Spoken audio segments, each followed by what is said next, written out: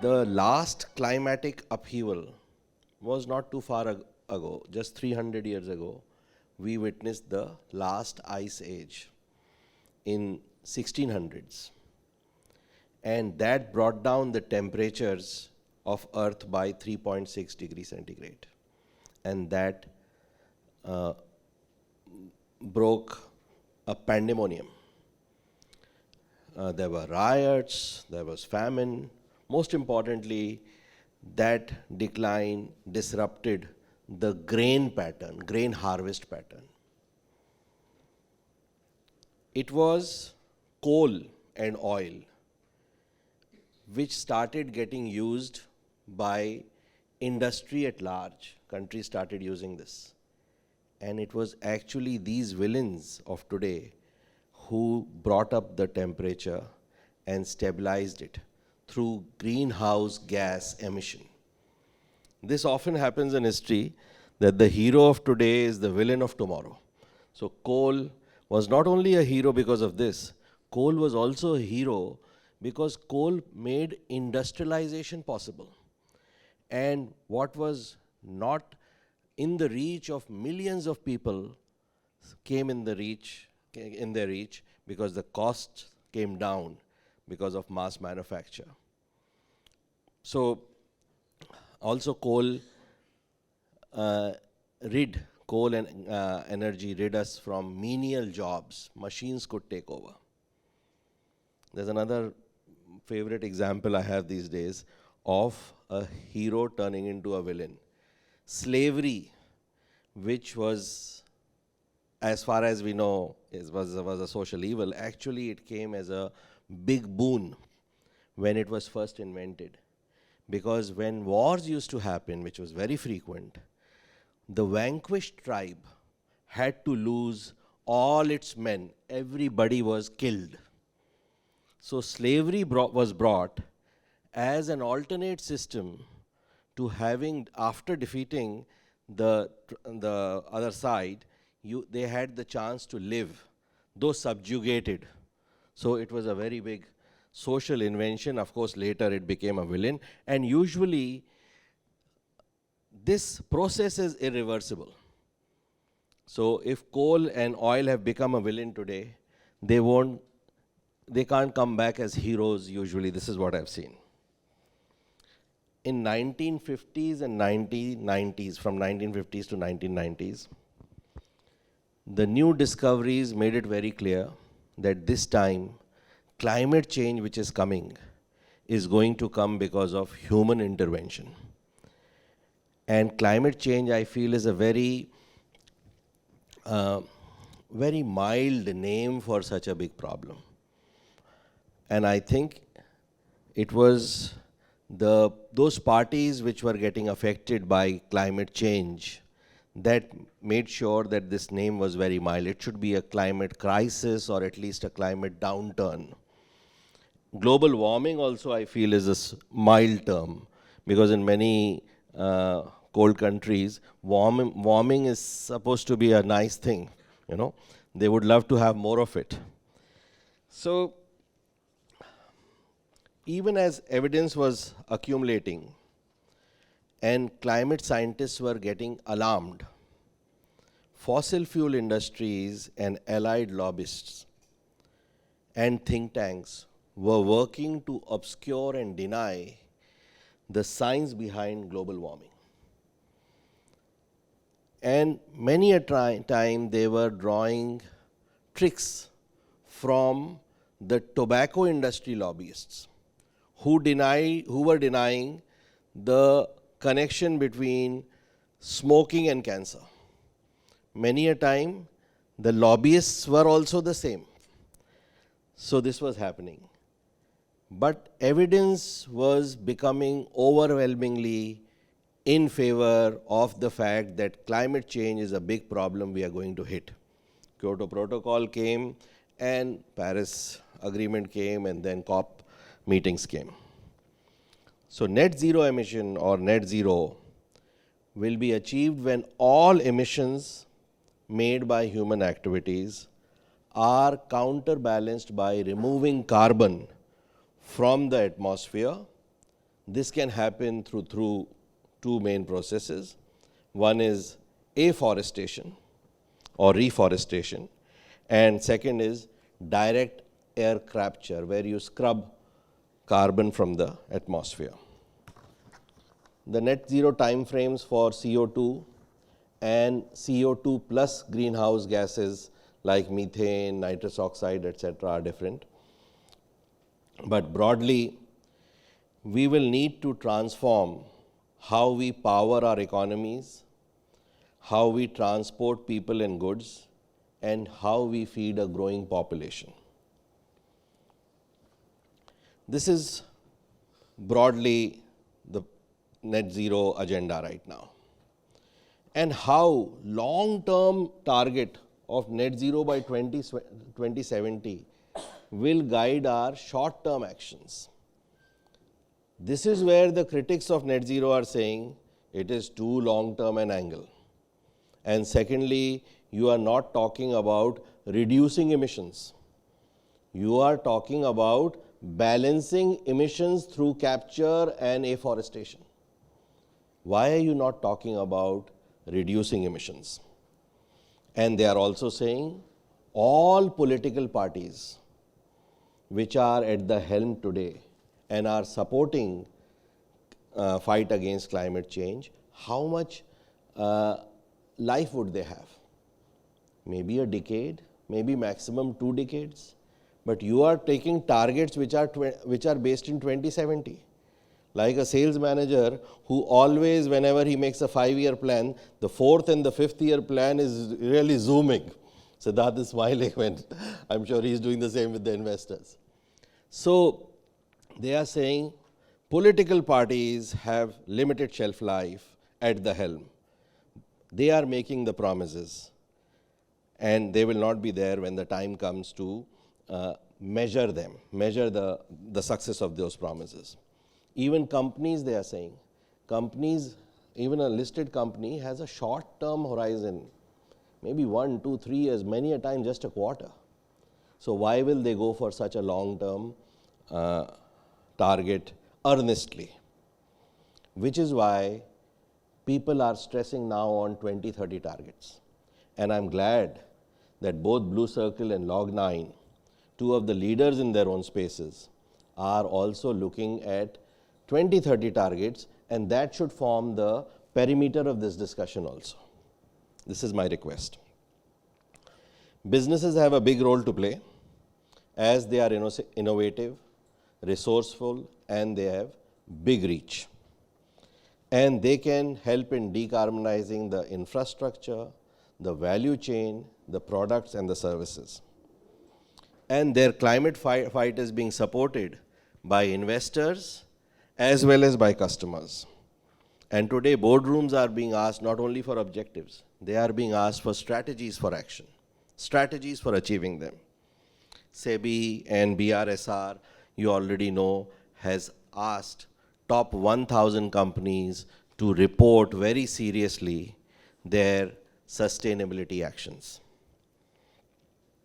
So net zero for business means, just as what I said, a state in which activities within the value chain of a company result in no net impact on the climate from GHG emissions. And there are several parameters to check it.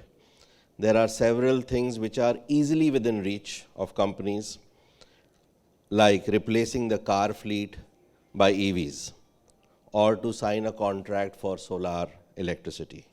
But there are some very difficult targets also, like implementing decarbonization across shops, across facilities, and suppliers, and so on. In terms of logistics and supply chain, India has a strong domestic demand catered by a broad and diverse supply chain. Indian transport sector is a big polluter because of several reasons: fragmented logistics systems, fossil fuel reliance, and management procedure inefficiencies. Road transport decarbonization is critical. It accounts for 70% of domestic freight demand, dominated by trucks. I'm sure we will be hearing about ZETs, etc., the zero emission truck, etc. There's an urgent need to decarbonize the trucking system. In terms of energy storage systems, businesses will need energy storage systems to decarbonize their value chain, because renewable power will stabilize and the grid will balance only through energy storage systems. So, battery is the new star of science. And from the same space, a meteor like Log9 has emerged. And Log9 has emerged, and I was very proud to note that, Akshay, that even Bill Gates, when he was here, he mentioned Log9. I was looking for your photograph there, and perhaps I missed it, but he mentioned Log9 move in this space and the contribution it is trying to make. I would also like to compliment Blue Circle to pursuing this clean tech agenda relentlessly and trying to raise the caliber of the conversation in this space and trying to make the conversation actionable. And that's really praiseworthy, and I'm very happy with Siddharth and his team, and I wish them all the best. I hope we all have a enriching and interesting discussion. Back to you, Siddharth.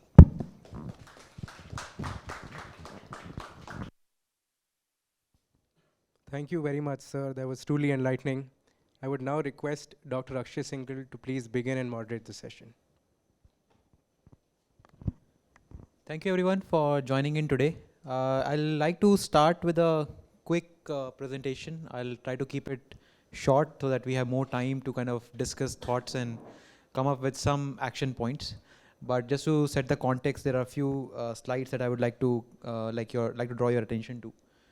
I think just a quick background about Log9. So we are a battery technology company. We are the only company in India today which has been able to establish battery cell technologies ground up with more than 77 patents filed globally. And we're coming up with India's first cell manufacturing capacity in Bangalore.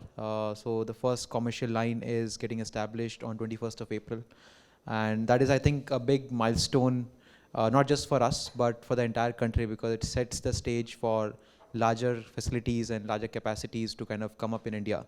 And that kind of really is a starting point, or as we call it, it's the day zero of India's energy independence. I think without creating these capacities, it is very difficult to kind of achieve that net zero that we are all gathered here to talk about today, because as sir mentioned just a couple of minutes back, battery is key to solving the energy problem, and energy is key to solving the climate problem. So that's where we stand as Log9, trying to create battery technologies which are very, very specific and relevant to India and the tropical world.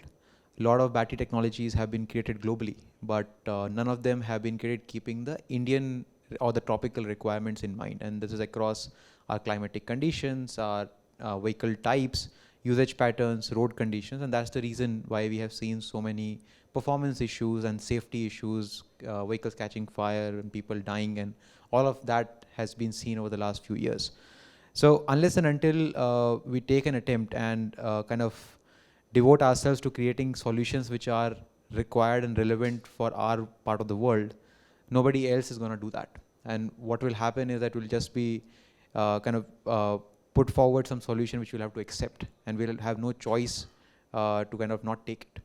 And to avoid that situation, we are a team of 600 people today with one of the largest R&D teams in terms of battery technology in the country, with more than 120 people. And we're trying to kind of solve those challenges in terms of both cell level battery technologies, and then going up to the battery pack level, and then working with vehicle manufacturing partners such as Omega Seiki over here to kind of offer the complete solution in the Indian market, and then taking it to across the tropical belt from Southeast Asia to Africa, Middle East, Latin America, the entire region. So in that regard, we have obviously, as a battery company, two verticals, catering solutions for mobility applications, starting from two-wheelers, three-wheelers, four-wheelers to going up to bus, truck, industrial vehicles, and everything and anything in between. And then stationary applications from power backup to grid level energy storage, grid modulation, and all of those kind of applications, even residential and commercial energy storage included. And these are just a few brands that we have in that category, different performance and specifications, which I might cover in brief in the later slides. But that's the core of our business, to kind of create and provide these most advanced battery technologies in the entire ecosystem. And as I said, the idea is to kind of work towards saving those emissions coming in from the energy space, and the only way to kind of do that, while we have figured out how to generate clean energy, the challenge is how do you channelize that clean energy and use it efficiently, and that's where batteries come into the picture, whether it is for an automotive application or it is for a stationary application. So trying to do that for the tropical part of the world, because all the other battery leaders are too caught up with the requirements and needs of the temperate belt across US, Europe, China, Japan, and all of these markets. So it was mentioned by Dr. Pawan that we are talking about the immediate goals, right? What we can tangibly achieve over the next 5-10 years, and that's where 2030 becomes a great milestone or a pivot point as to where we have to kind of work towards, and then stop and think that what we have done and what we have really achieved. So these are some of our targets in terms of the kind of impact that we're trying to create with our technologies across creating batteries to providing downstream services.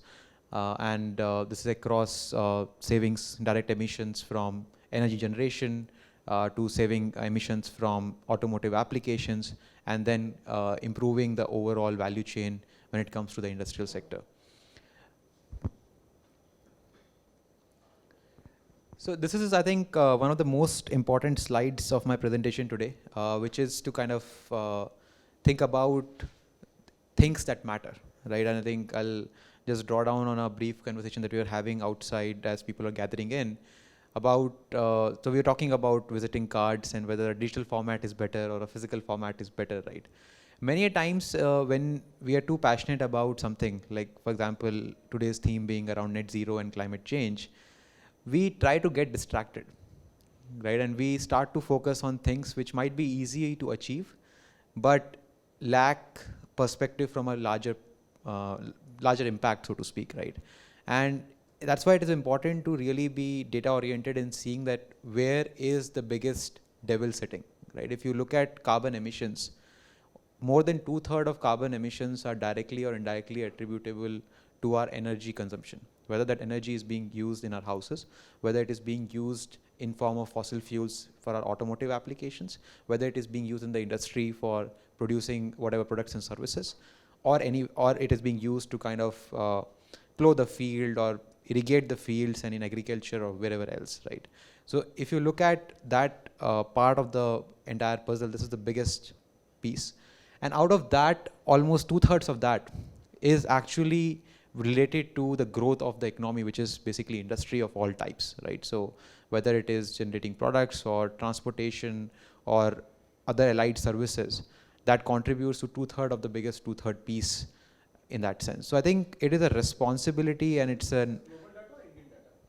This is global, right? So, and this is where it becomes very, very important for all of us as heads of the industry to kind of think about how we can solve piece by piece this mammoth of a problem, and which is all to some extent comes back to energy, right? How can we solve for energy, for the consumption of energy for generating products or running our offices, energy for the various vehicles that are used in our organization, whether it is for transporting goods or manpower, and then talking about HVAC and whatnot, like I already mentioned running offices and stuff like that. So I think if we kind of target these 2-3 areas, we can solve a significant part of the problem. And one of the things which is very important to understand is the good solution or the right solution doesn't need to be always expensive. At least we are sitting in a day and age where the prices of a clean or a green solution are no more prohibitively expensive. A lot of work has happened over the last 2 decades to bring this cost down. At what is the real barrier now is change of behavior. See, if everything was too easy, right, then it would have already happened. So we cannot expect a different or a positive outcome by doing the things the same way that we have been doing for the last many decades. So there is a need for a change in behavior, change in mindset, and an approach to actually try the difficult thing. And cost is not that big of a barrier. With the kind of incentives that the government is putting forward, the kind of technology advancements that have come in, I don't think cost is a deterrent. And even if it is there in some aspects, it is just there for a few years. And eventually, after that, it is going to be actually cheaper to use those solutions than what we are tuned to do today. So it's more a matter of change of behavior and change of thought. So in that regard, as I said, how do we make a difference? It's to basically look at mobility and transport, to look at energy storage for basically the consumption of energy, directly electricity and other forms of energy. And then obviously material handling and other kind of vehicle and requirements that are there in our industries. And these are the 3 things where Log9 has a solution for, and that's what I'll briefly touch upon, and then we can open the discussion. So in mobility and transport, what we are trying to make sure is that we provide long, reliable, and safe solutions. So the idea is to provide solutions which does not need replacement, does not lead to failure very quickly. So what we have been able to put forward is battery solutions which can last for more than 20 years. We're the only company today in the market which gives 10-year plus warranties with unlimited number of kilometers. So you can use it as much as you want, and it will last for 20 years, and it will not kind of lead to any kind of safety mishap or any kind of accident in that regard. So safe, reliable solutions, but safe, reliability does not come at the cost of performance. So at the same time, providing one of the most fast charging or rapid charging solutions in the category. So much so that by using our solutions in the last mile space particularly, companies like Delivery, Your Country Delight and others have been able to kind of have vehicle uptime of more than 20 hours in a day. So the same fleet vehicles have been used for more than 20 hours, so reduces the overall footprint of the fleet as well as improves the capital efficiency of running a fleet itself. So that's on the mobility and the transport side. And this happens because while you might need 3 batteries in the life of a vehicle, our 1 battery can outlast the vehicle life itself. And that's where we've been able to offer guaranteed buybacks on our battery packs so that it further improves your capital efficiency of running a fleet, and those batteries can continue to run further even beyond life of a vehicle, whether in your organization or otherwise.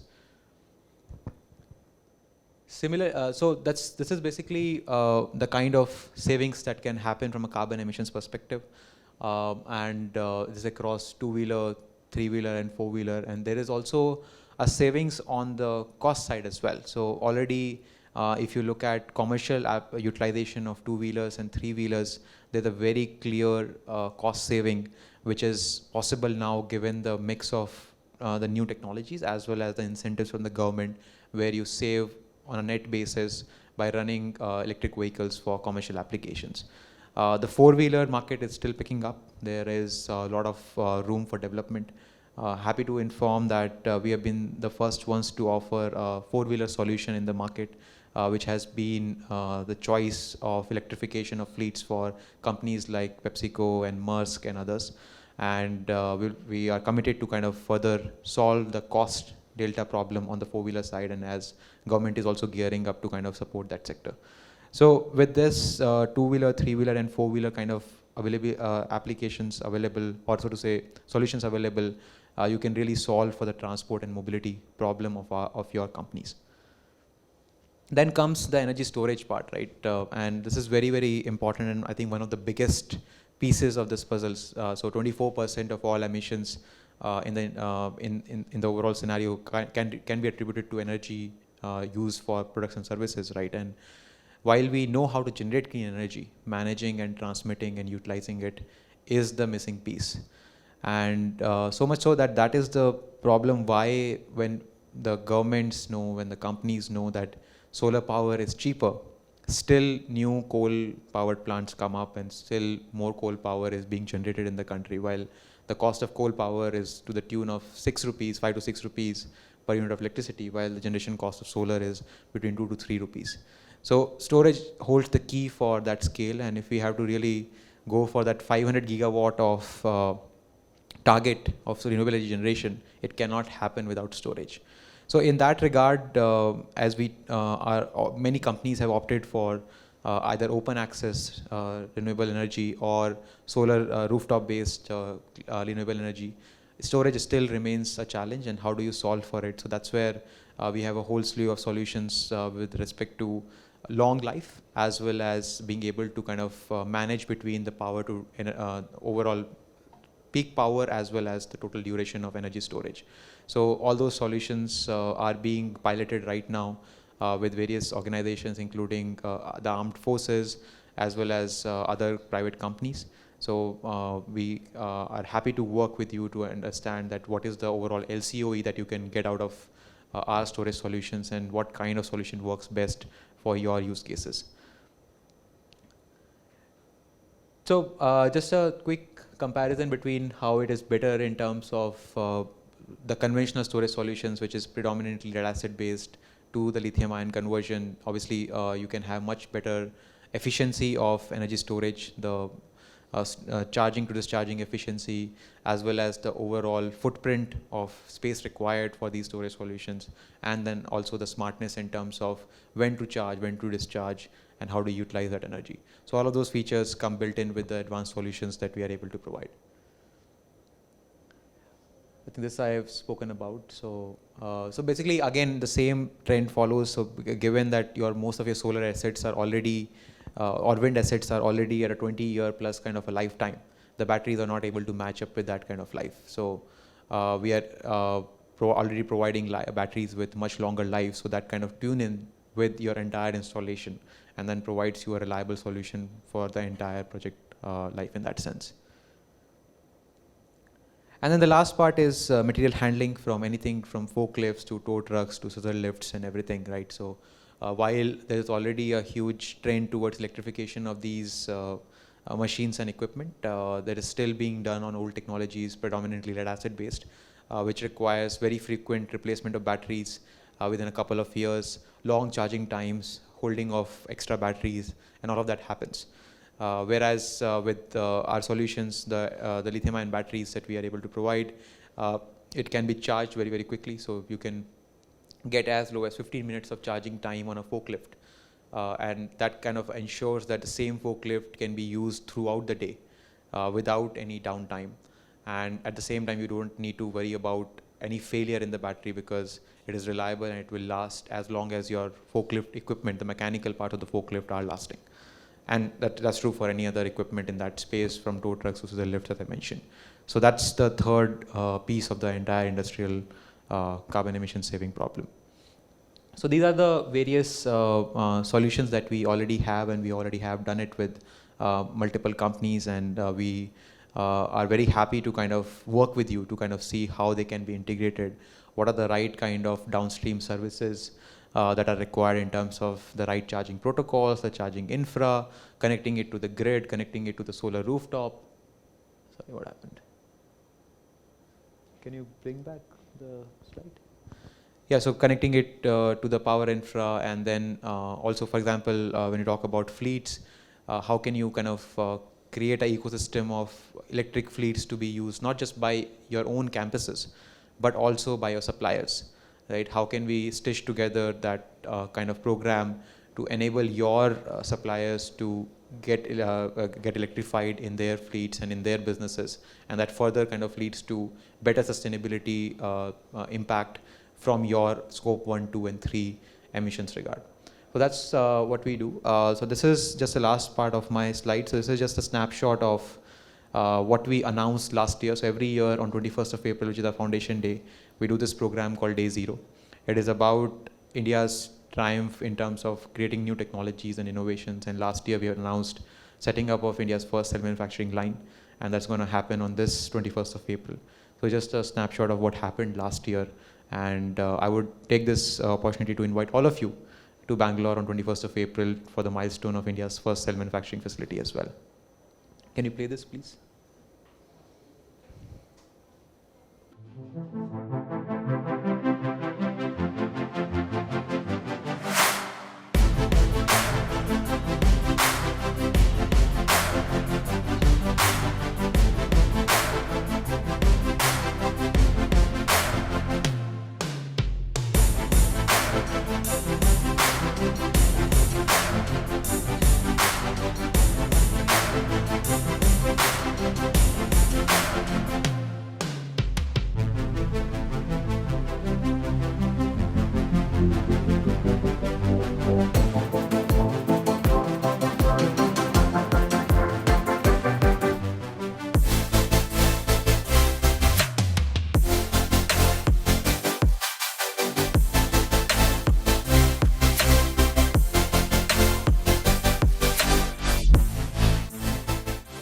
So thank you very much. Thanks for your attention.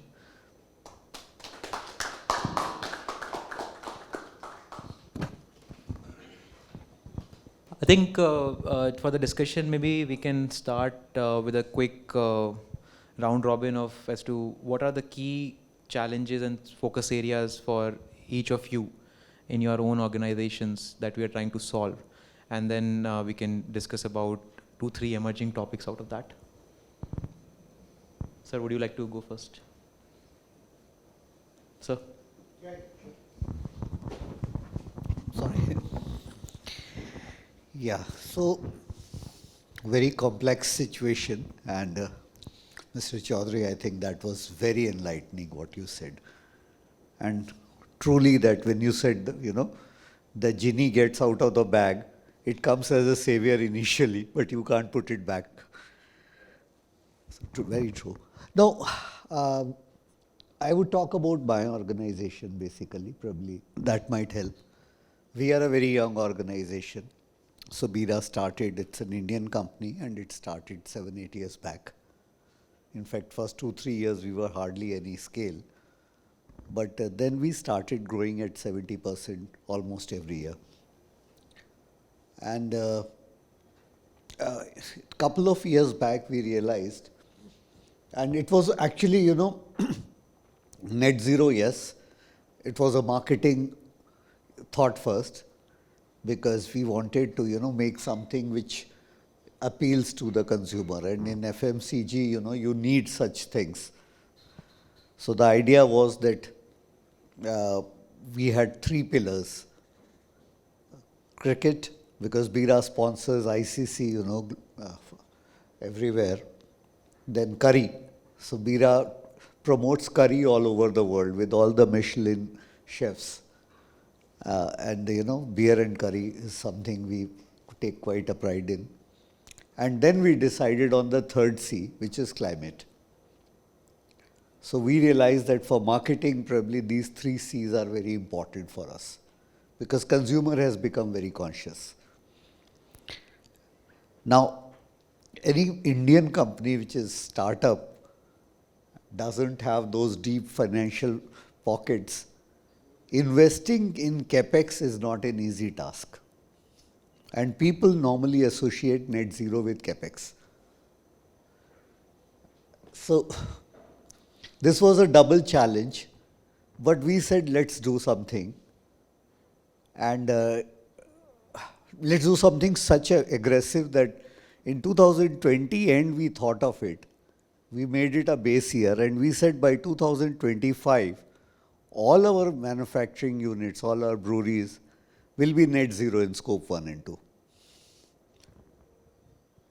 And last year, in 2022, first of our brewery has gone net zero in Mysore. So what are we doing? And honestly, we don't have that deep pockets for capex. I mean, we would rather spend in marketing the same money. So we decided to go on reduce first, to be honest, and reduce very heavily. And some things which are low hanging. For example, we decided in 2021 to stop coal, using coal. All our furnaces were coal furnaces. And we decided to go for biofuels. and we found cheaper ways to do it. Honestly, it was a lot of home innovation that we used and a lot of thought behind it, by how just we change the furnace and use the same boilers and do things like that. And on every front, in fact, it helped us both ways. Our costs of production also came down. So energy, for example, we reduced every year by probably 20-25% per unit. And we are quite close to what the global best could be. Water, I know it's slightly unrelated, but water also from 1:5, 1:6 ratios, we are now coming down to 1:3.5 ratio. And interestingly, because we are a beverage industry, water reduction also is energy reduction. Because everywhere you pump water or beverage. So if you reduce your water consumption, you reduce your energy consumption as well. So everything has a multiple benefit, which we are realizing. For example, we stopped shrink wrap this year. It's not fully stopped, but 70% of our products we have stopped shrink wraps. So plastic, we realized we are almost by 2-3 steps, we have taken 90% of our plastics off. So we are working only with 10% now, which also we intend to reduce in couple of years. So by this journey, I think we realized that, a lot of things, they're both bringing us saving, by the way. This plastic reduction is saving us huge money by not shrink wrapping the cans especially. So, we are looking very, very from selfish reasons probably, but in turn, we are realizing that our goals are not very difficult to achieve. I know the bigger challenge will come when Scope 3 hits us. And that's where I'm very keen to learn from all of you. What all can we do on Scope 3? Thank you.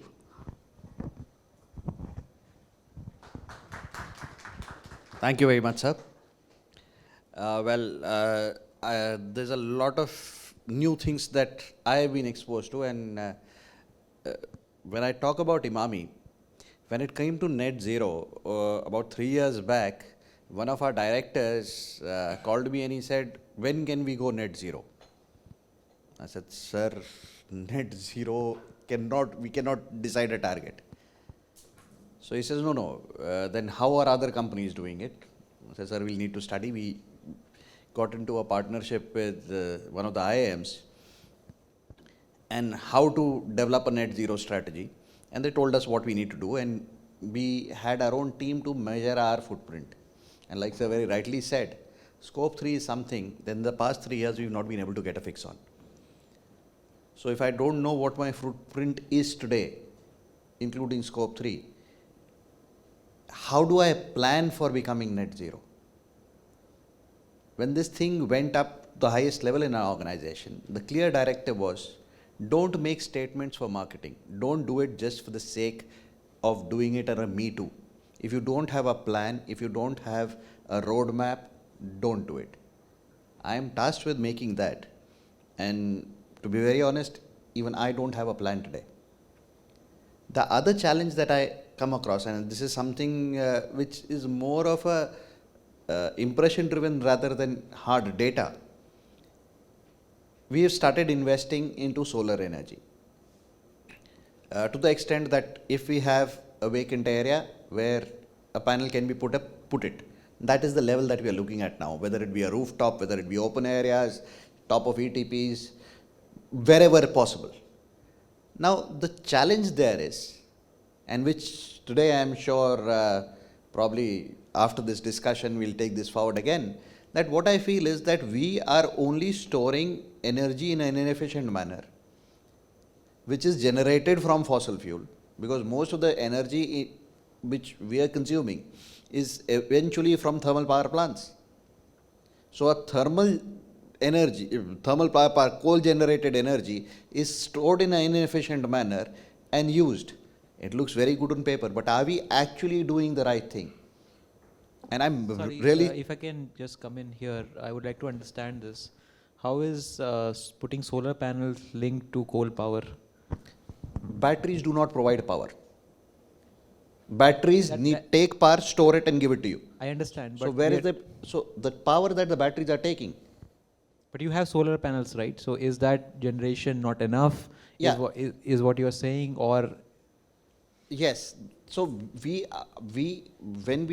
so my efficiency of solar is so low that I still need to keep depending on the electrical power, correct? which is from the grid, which is actually not solving the problem in totality. It is a good thing to state that we generate 3 megawatts of energy and we have doubled it and we'll tripled it. But are we actually going forward?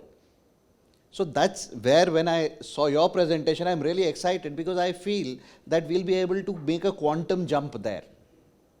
Correct.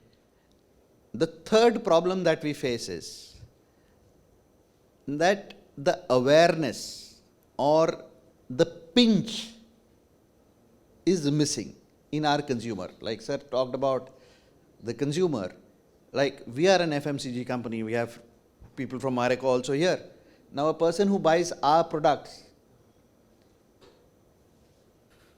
they are today not conscious about what I am doing. So the customer pull or the customer need is not there. So that's a challenge that we live with. And ultimately we are a business, we are there to make profit. If my customer does not add if it does not add value for my customer, then it needs to go from my bottom line. And that's a challenge. And again, what the company does, well, in another 10 days, the BRSR report will be out, so it will be accessible to everyone what we do. So I'll not get into that. Thank you.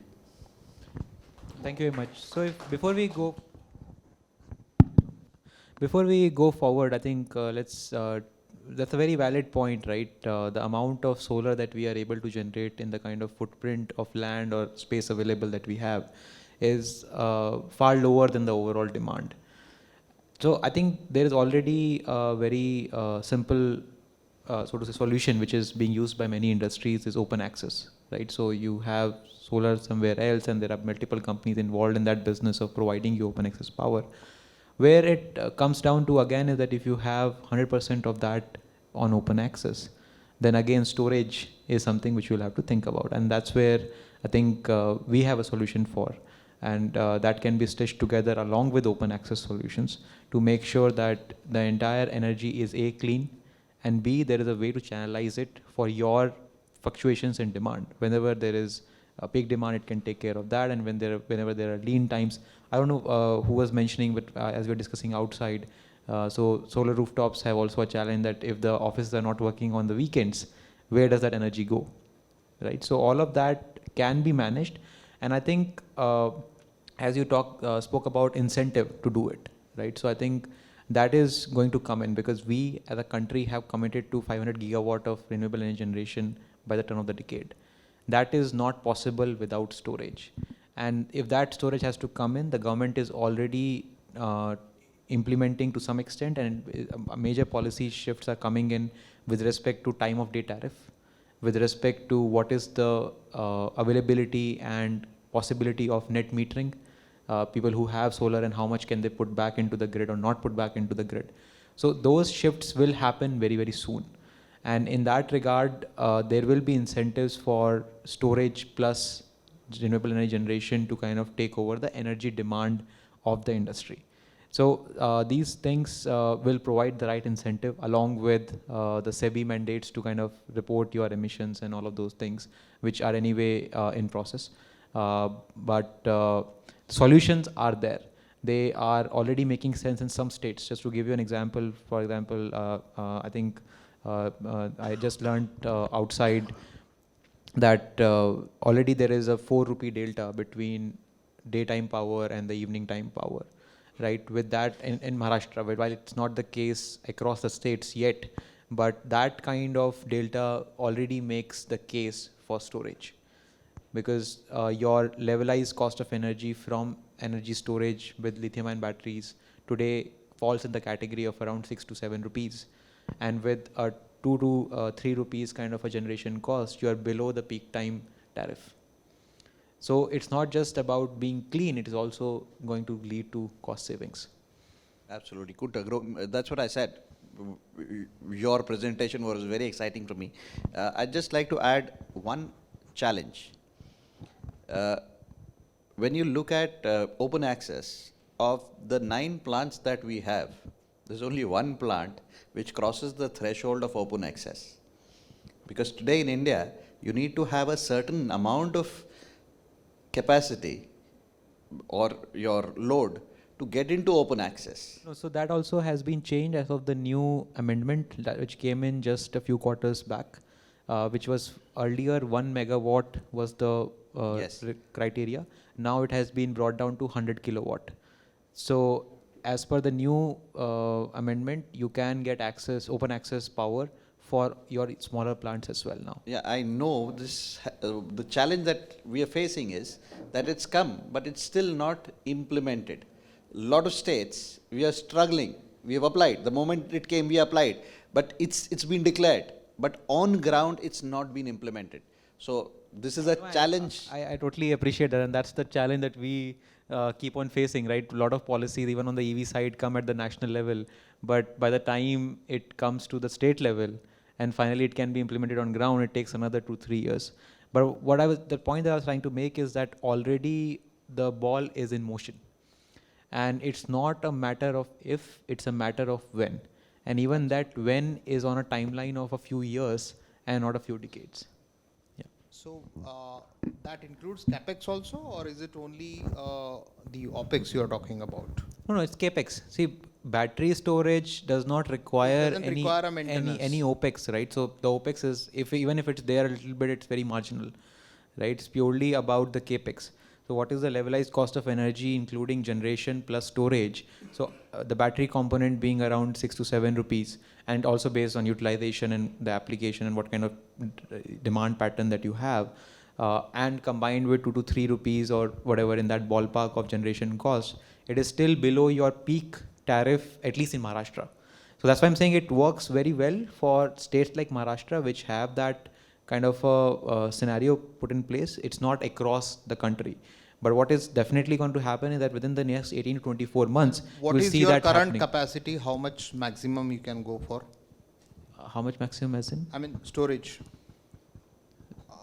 How much storage you can install in my factory? See, we today have a 250 megawatt hour plant, right, where we make batteries.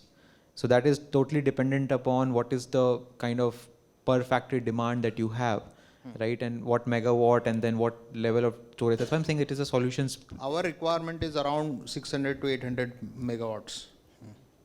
That's the load we have. Right. So there are players. That's why I'm saying, so the solutions can be stitched together, and we are happy to work with Sure. you to kind of We will provide discuss offline. Sure. Yeah. I think we were somewhere there. Hey, hi, good evening all. Sorry, I'm joined late. So very quickly, I'm Vikram. I'm currently with Sun Pharma. I lead their global supply chain planning function. Happy to be here. I would love to be filled in. So we're just discussing the challenges in terms of achieving net zero in different organizations. We have kind of discussed about that energy demand or energy utilization across your mobility needs, your energy consumption for production and processes, and your material handling and supply chain. That is one of the biggest concern area in terms of, that is the biggest piece of the pie when it comes to emissions. And you can spread it across scope 1, 2, and 3. So in doing that, what are the key challenges that you see, that how do you solve for net zero? So it's just a round robin going around as to kind of say that, okay, these are the major challenges that we have. Sure, I mean, thanks for filling me in on that. I mean, from a pharma perspective, I think for us, the net zero story, so to speak, starts right from the design discovery phase. I mean, if you don't design and discover with the right kind of, packing packing material, we don't source from the right, vendors, etc. There goes your net zero for the foreseeable future, because in pharma, the long cycle times for development and for regulatory approvals, it takes a lot of time if you don't source right. So, I mean, what I've seen, a great challenge for us has been, single-use plastics that we have been using.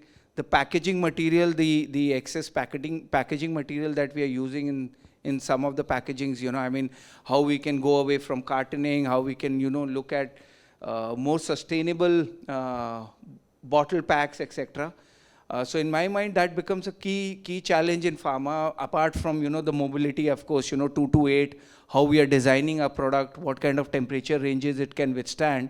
So if it is 2 to 8 or minus 20, or, even biologics, that look at minus 20, minus 80.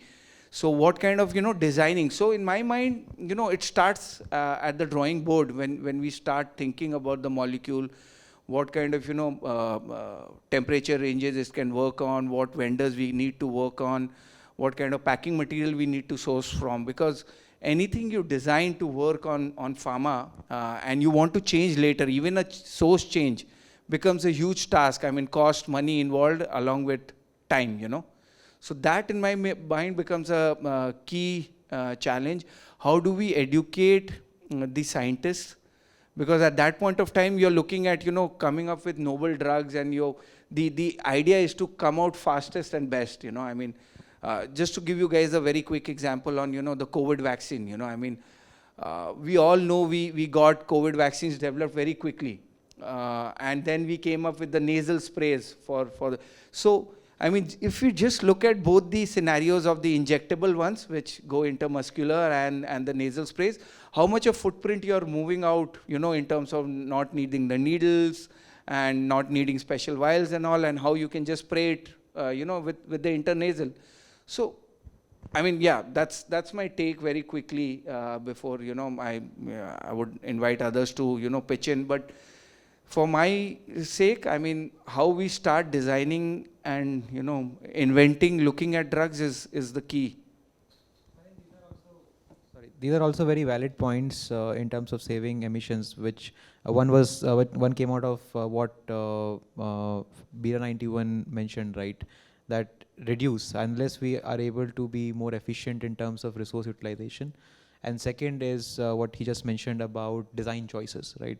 In our products, what kind of design choices are we making? I think both of them are equally important, which are preventive measures rather than curative measures towards reducing carbon emissions. No, thank you very much. Absolutely. Hi, I'm Manoj Kothari. I am from Zydus Wellness Limited, and we are not pharma. So we are pure FMCG play.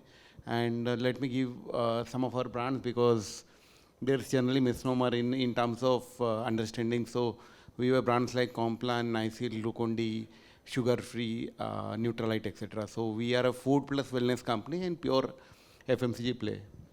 I had supply chain end-to-end except manufacturing. So while we see a lot of things from a front-end perspective, the back-end is also important. I'll talk all three. So we talked about the energy in the plant, and we'll talk a little bit about the same. But a lot of climate change is happening, and the companies which are dependent on the agri. So we process close to 80,000 tons of milk every year. For our Complan, we make our own skim milk powder. So we reach a lot of farmers in UP, and that's one part of thing where you have an excess of the thing.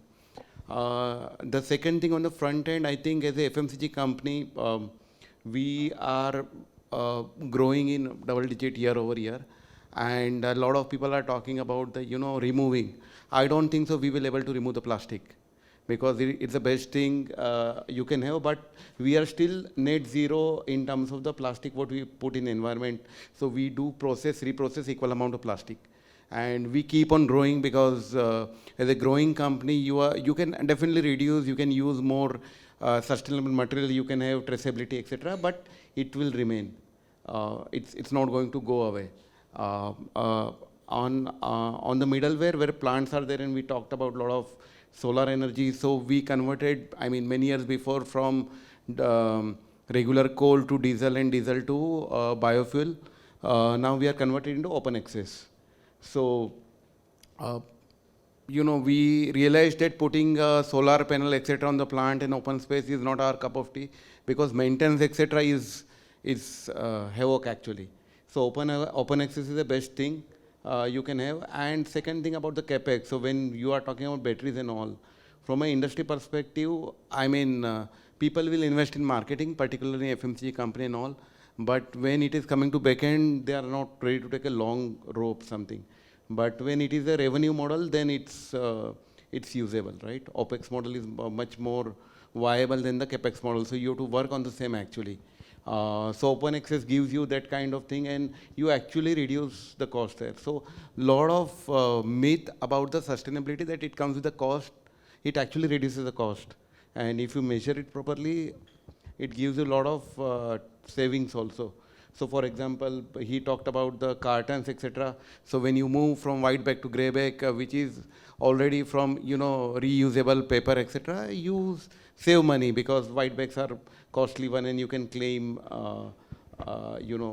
reusability kind of thing. So reduce, reusable, that is all DNA of organization, but you can also see from the, so finally we are there for our customer, and for us, for a company like us, which is more season dependent, where he talked about climate, and we are summer dependent actually. More than 50-55% of business happens in 3-4 months, and when in Delhi it rains in March, it raises our blood pressure, right? But so agility is one part which we try to fulfill, and we have platforms like Flipkart and Amazon and Zeptos and Swiggy, Instamart, etc., which are behind us on the agility. The second thing is affordability to customer. India still lives in Bharat, which is 90%, and then affordability is very, very important for us, and availability. So I think these three, for a growing company, I don't think so we will able to remove plastic in near future, but we will definitely reduce and not put or equivalent process for the government, and government is also very, very strict from that matter. So in my mind, lot of sustainability initiatives we need to see from if OpEx solutions are possible, then the CapEx solution, then it will be easier to implement across the plant. That's Just on that, I think there are already multiple companies which are offering OpEx solutions, both on solar rooftop models as well as storage models. For example, Amplus is there, one of the examples that I have, which offer your solar rooftop solutions on an OpEx model. So as you said, it doesn't need to come at a higher cost, right? There are already companies which their core business is actually installing, maintaining, and offering you a per unit cost, rather than actually asking you to put up a capex. So I think a lot of solar plants are available for all of us, and it also depends on the government to government, but we have few plants in Gujarat, and we have seen the Gujarat model is combination of solar and the wind, and UP is taking a lot of efforts in terms of creating the solar park. So we can see a lot of journey there, but we will keep on growing, I'm sure, in our mind, and energy needs will keep on coming. So it's not that coal energy will go away, it will remain, but energy being one of the important part, and of course, I mean, the last mile bit of thing where logistic policy has come in and pushing a lot of e-commerce player and the last mile player to put on the EV, and then it will come to the manufacturers like us. We don't have a still solution of how 32-ton truck will move 1500 kilometer by EV, right? So we are not there, but at least what we can do within 100, 200, 500 kilometer. That's pretty important. And for the, so we also have a fat spread where temperature is between 4 to 8 degrees. So I also run the cold supply chain in parallel. And it requires a lot of CHG, I mean, a lot of petrol, the vehicle average goes down. And again, I mean, we may come back to you on solution for such vehicles, you know, because typically that consumes a lot of energy in terms of carbon emission, etc. So that's another challenge, I think, going forward. I think that's where our teams can work together, and we can provide you the right kind of partners and solutions, whether it's on the energy generation side or storage or these last mile or mid mile kind of applications. Omega Seiki already has a reefer solution in terms of cold supply chain, and those kind of solutions can be integrated. Overall, as you said, right, it's a nascency stage in this entire ecosystem, in the entire net zero journey. It's still very early days. So we have to figure out that solutions which are readily available, how can those be adopted? And how can those be adopted without incurring extra cost? Yeah, because affordability, the final customer is everything. And I think as an industry, we have seen huge inflation last year across commodities, and also creating, you know, kind of that kind of resources for this thing would be really difficult. Absolutely. My name is Uday Narang. I'm founder of Omega Seiki Mobility, and we work very closely with Log9 for quite some time. And I think there are multiple solutions like Dr. Akshay talked about on trucks, on three-wheelers, on logistics, where we've been working on trucks for 3.5, 6.5, up to 50 ton. But the problem is the costing here. The price sensitivity of everybody. And I see the likes of Amazon, Flipkart, obviously Merck's, we're working on. I think there are solutions. I think it depends on, obviously, if you want a long haul, we're working on trucks on 1 ton. And I think, right now on fixed, we're getting 180 kilometers on a single charge. I think there are solutions, with Log9 that we can work on where, your costing can be sorted out. But I think 1,500 is a bit too long right now on a single charge. I don't think you're going to find that in India and at the price that you want. But I think there are multiple solutions, whether it's in the cold space. We are coming up with some new technology where you probably get, on the three-wheelers about 125 kilometers on a single charge. We could probably find even longer, if it needs be. But on the trucks, there's certainly a lot of work going on. The clear part is just the costing. I think the 1 ton we've kind of got it to, but I think the others are a bit further down the road. So I'll just, on this note, I'll take an example, right? So we make batteries, we make them in Bangalore. He makes vehicles, he makes them in Faridabad, right? So it's almost cross-country in that regard, right? And one call that we took was that the entire logistics from Bangalore to Faridabad has to be clean, right? So and obviously there were no long haul trucks which were clean, right? It was all diesel based, right? So what we did was that the entire transport from our factory to the railway station was done on electric trucks, and then we used railway to transport from Bangalore to Faridabad, and then again from Faridabad railway station to his factory was done on electric three-wheelers and electric four-wheelers, right? By doing that, the entire supply chain became clean. Our lead times, which were almost 7 to 8 days at minimum, came down to 2 days. So we had much better predictability in terms of material leaving our factories and reaching his factory. And in that entire process, right, overall, the cost also came down. The biggest challenge in rail transport today is the viability in terms of the overall process of it, what are the kind of capacities that they have, and the how it is managed. Right? And I think there is a lot of work, and this is not from Log9's perspective, I'm saying in general, there's a lot of work which the Ministry of Railways is doing to make it mainstream. There are, we are having a discussion outside again on this. There are dedicated freight corridors coming, there are dedicated freight trains which are coming, and the entire booking of those logistics on the trains is getting digitized. So I think that will change a lot of, it will become a huge change in the way we talk about long haul logistics in the country. The last thing is, I think, the logistic industry itself. I think we as a customer, we don't like monopoly to be created in the logistic industry. I mean, that's very clear from our mindset. And that's how we do contract of maximum 1 year or 1 year contracts are there. I mean, all of us, I mean, whether, from Unilevers to the platforms also.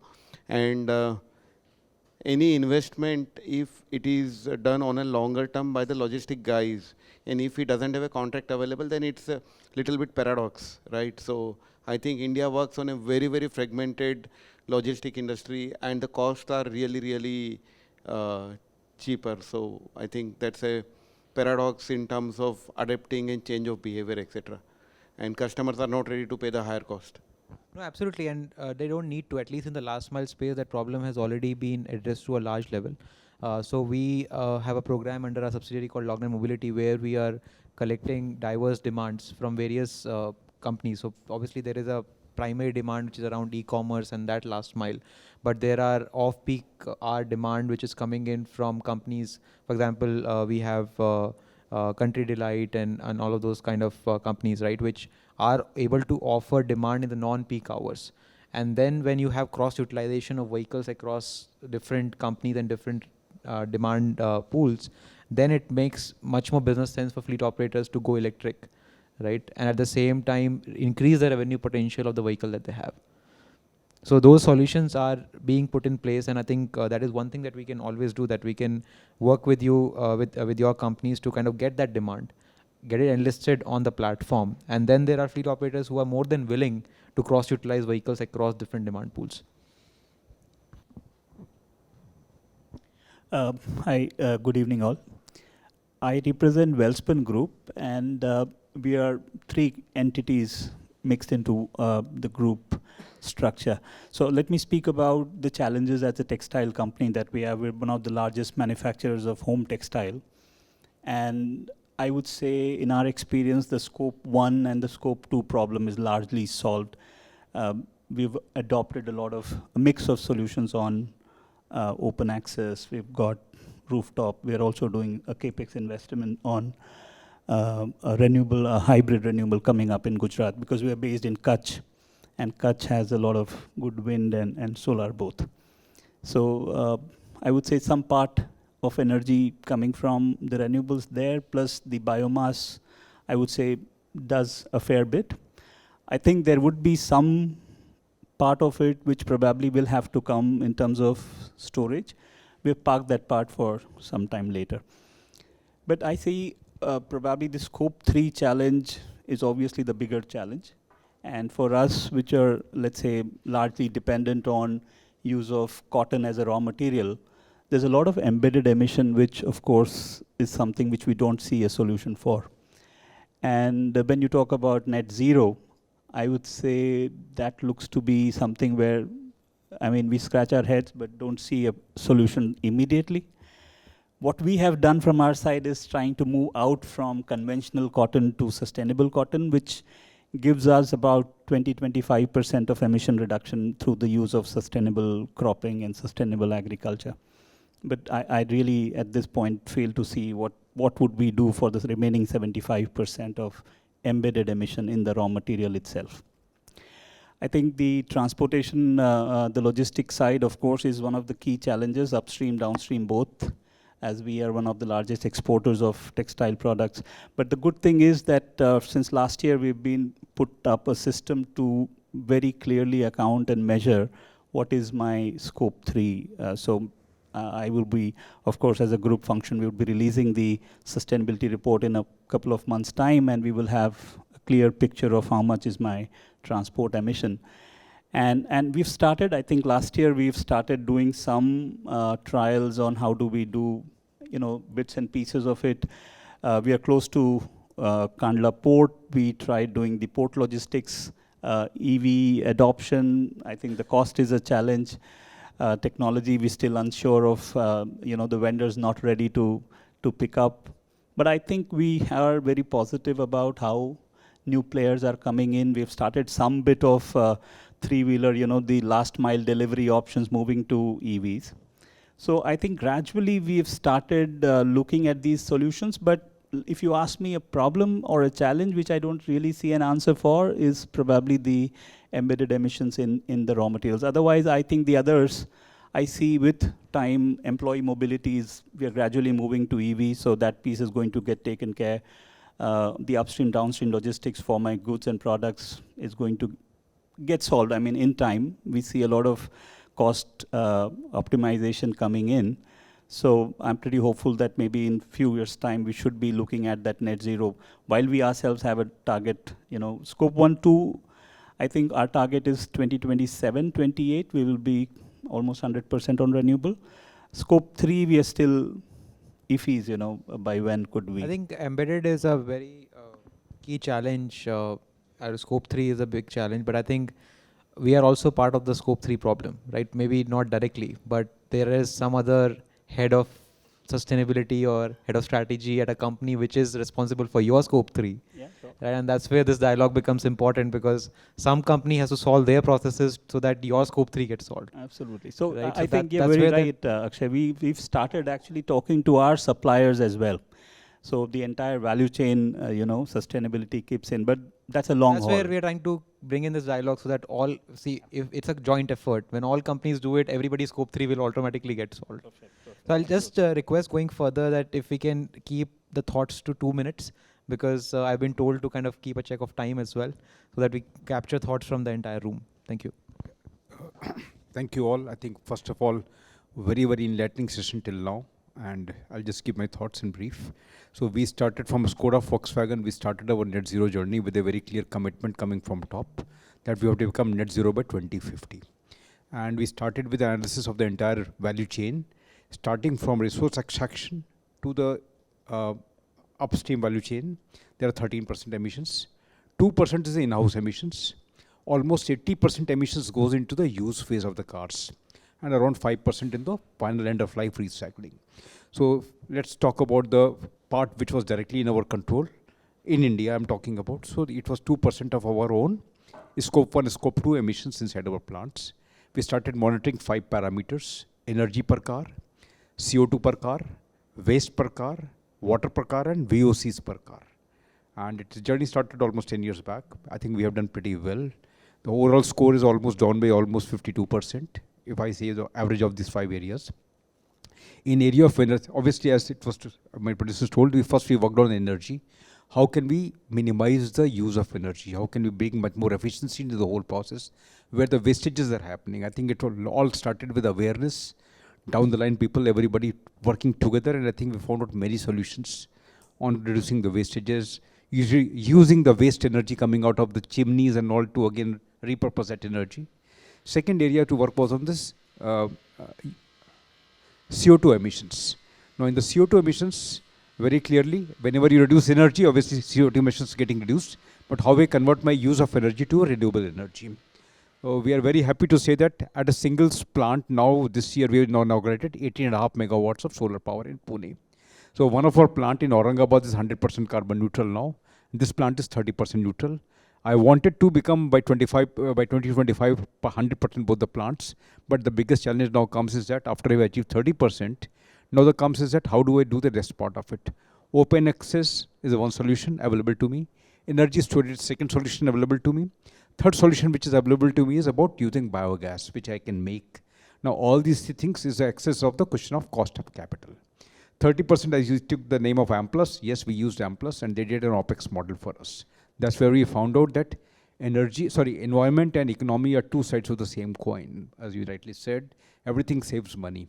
So earlier we were buying energy at 8 rupees a day. Now we are generating at 3 rupees 60 paisa in a day on our rooftop without investing even a single paisa. So this is a wonderful solution, OPEX, which came. But now we need some real clear solutions on our other thought process which I told about energy storage, if it has to become basically, access to a company should come with an access to capital who can offer these solutions to us on an OPEX model. So this was about energy. Otherwise, we also become a zero waste organization. 99.9% of our waste, including paint shop waste, where you are able to repurpose. And so we are certified from TUV Nord zero waste organization. We are certified zero liquid discharge organization. We don't drop out even a single drop of water and repurpose it and reuse inside the plant. We are a water positive organization, so whatever amount of water we consume, 20% more than that we conserve in the societies outside. We've got a good work on biodiversity also being done inside our plants. So we invested €1 billion in our plants for the new models. We have improved, we have in our census on the biodiversity of the various species of plants, birds, animals, that's also improved from 250 to 330 numbers. That's a story about my in-house part. Now, if I come to my product aspect, globally, yes, electric vehicles is becoming a rage, particularly in Europe and US, because of the norms of what you call European Green Deal or the emission norms which have come over there, which are very, very stringent. They're moving very fast. And obviously, gigafactories and those technologies are moving much faster. India, that story is yet to happen, I think, but that is also moving in a surprisingly in a very fast direction. And not just we, but all our suppliers, I'm finding they're also building their capabilities in the right direction. Now, just to end the story, it's not just that, I know that inside my organization, we have been able to build a very good level of awareness right from bottom to top. Everybody is aware on this topic and they've tried to find solutions and a cost-effective solution. Challenge is the scope 3, value chain. Because if I go to all my suppliers, Tier 1 suppliers are still, I'll say, quite aware, but if I go to any Tier 2, Tier 3, level of awareness is still very poor. You are from Faridabad, so you know what is industrial area. How the people work in the corners and in the plating industry, how do they work? So the level of awareness is really, really poor. So this year we have tied up hands with CII, and there's an initiative called Sustainable Value Chain. So we are the first ones to do it. We have tied hands with 11 suppliers and 6 dealers on a pilot basis and building their capability on 4 areas: decarbonization, circular economy, health and safety, and human rights. All those 4 areas need to work together. And I think we have done fairly well, and we are moving ahead in this direction. And here, one request which I have to all my counterparts in the transportation industry, not transportation, passenger car industry, because all our suppliers are the same. If we can together work, I think we can make a bigger transformation and use one more word called CAR, car. Everything has to start with a commitment. Like we all have taken a net zero commitment. That net zero commitment has to travel down the line to everybody.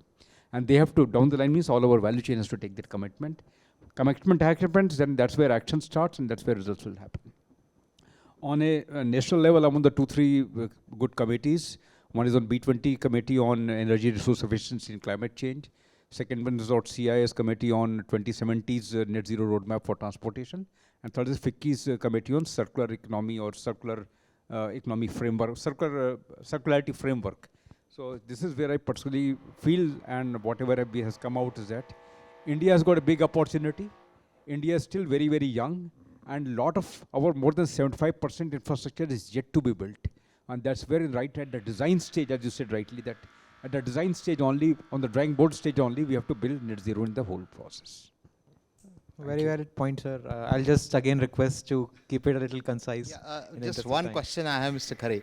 You mentioned that your Aurangabad plant is net zero. Yes. So how did you achieve that? I mean, do you have RTC power over there? Yes, yes. So first of all, we had solar power rooftop, and then whatever was the balance that Maharashtra government could give us certified green power, but that was at an alpha that we have paid. So you are purchasing that power from MSTD, I mean MESTDCL at an alpha, 60% alpha they are charging for that. 60% premium they are charging. But whatever rooftop we are generating, that's compensating a lot. I'll keep it short. I think where we are as a country, I work for Flipkart Group, Flipkart, Myntra, Shopsy, ClearTrip. I had all the supply chain and customer experience. We are at cusp of a change. Okay, if you look at the way UPI disruption has happened, every technology as a country we are leapfrogging, and underlying phenomena is a innovation, and that's comes very, very intuitive, and we create an abundance in this country. I think I feel very proud about that. I think if you look at the go-to-market model is evolving from a conventional B2B and from a car to a kind of a 3-wheelers, 2-wheelers, and getting scale, efficiency. Entire 200 billion logistic market is rapidly changing from a 0.5%. Now we talk about 5% organized player, and that's the exciting space we have. I think I'm reasonably confident by 2030, 2025, we will electrify all our kind of fleet. The challenges are in terms of looking at a safety. Okay, that even post usage life cycle, how battery disposal are. Today there are 1,000 manufacturers, but safety, the consistency, the charging infrastructure, I think as a country and as a kind of industry, we are not building a sustainable infrastructure. I mean, I see a lot of fleets, so we would have closer to 6,000-7,000, say a 3-wheeler and maybe 40,000 kind of a 2-wheelers in the usage. The reliability, the consistency, and the safety aspect or human life, I think that's one thing which worries me. There is no structured kind of a charging infrastructure, battery swapping. You see a lot of accident happening. Those are the things I think we as an industry sector have to look at it. I think we are part of RE100 or a EV100 group. We are committed by 2030 will convert all our operation, and it's viable today. And good part is for a B2C companies, all the infrastructure we are building across the country, and that huge infrastructure helps you to automate and leapfrog on a technology. I think I feel very, very optimistic. What worries me is like say battery life, the kind of safety.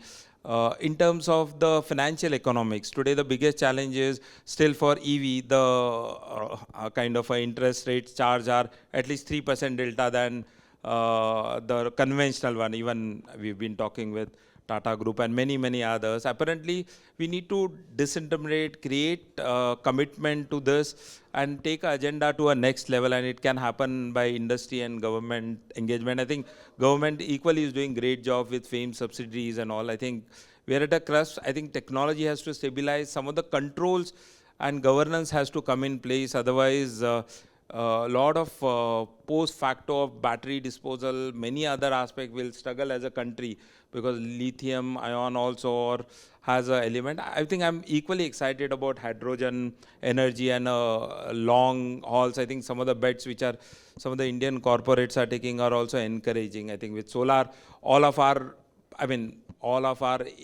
grade A warehouses have 100% solar rooftop. If you're able to solve battery, it'll get far more economic sense. So it's an exciting time. I think we need to really take those 5-6 big bets jointly and kind of make a huge impact.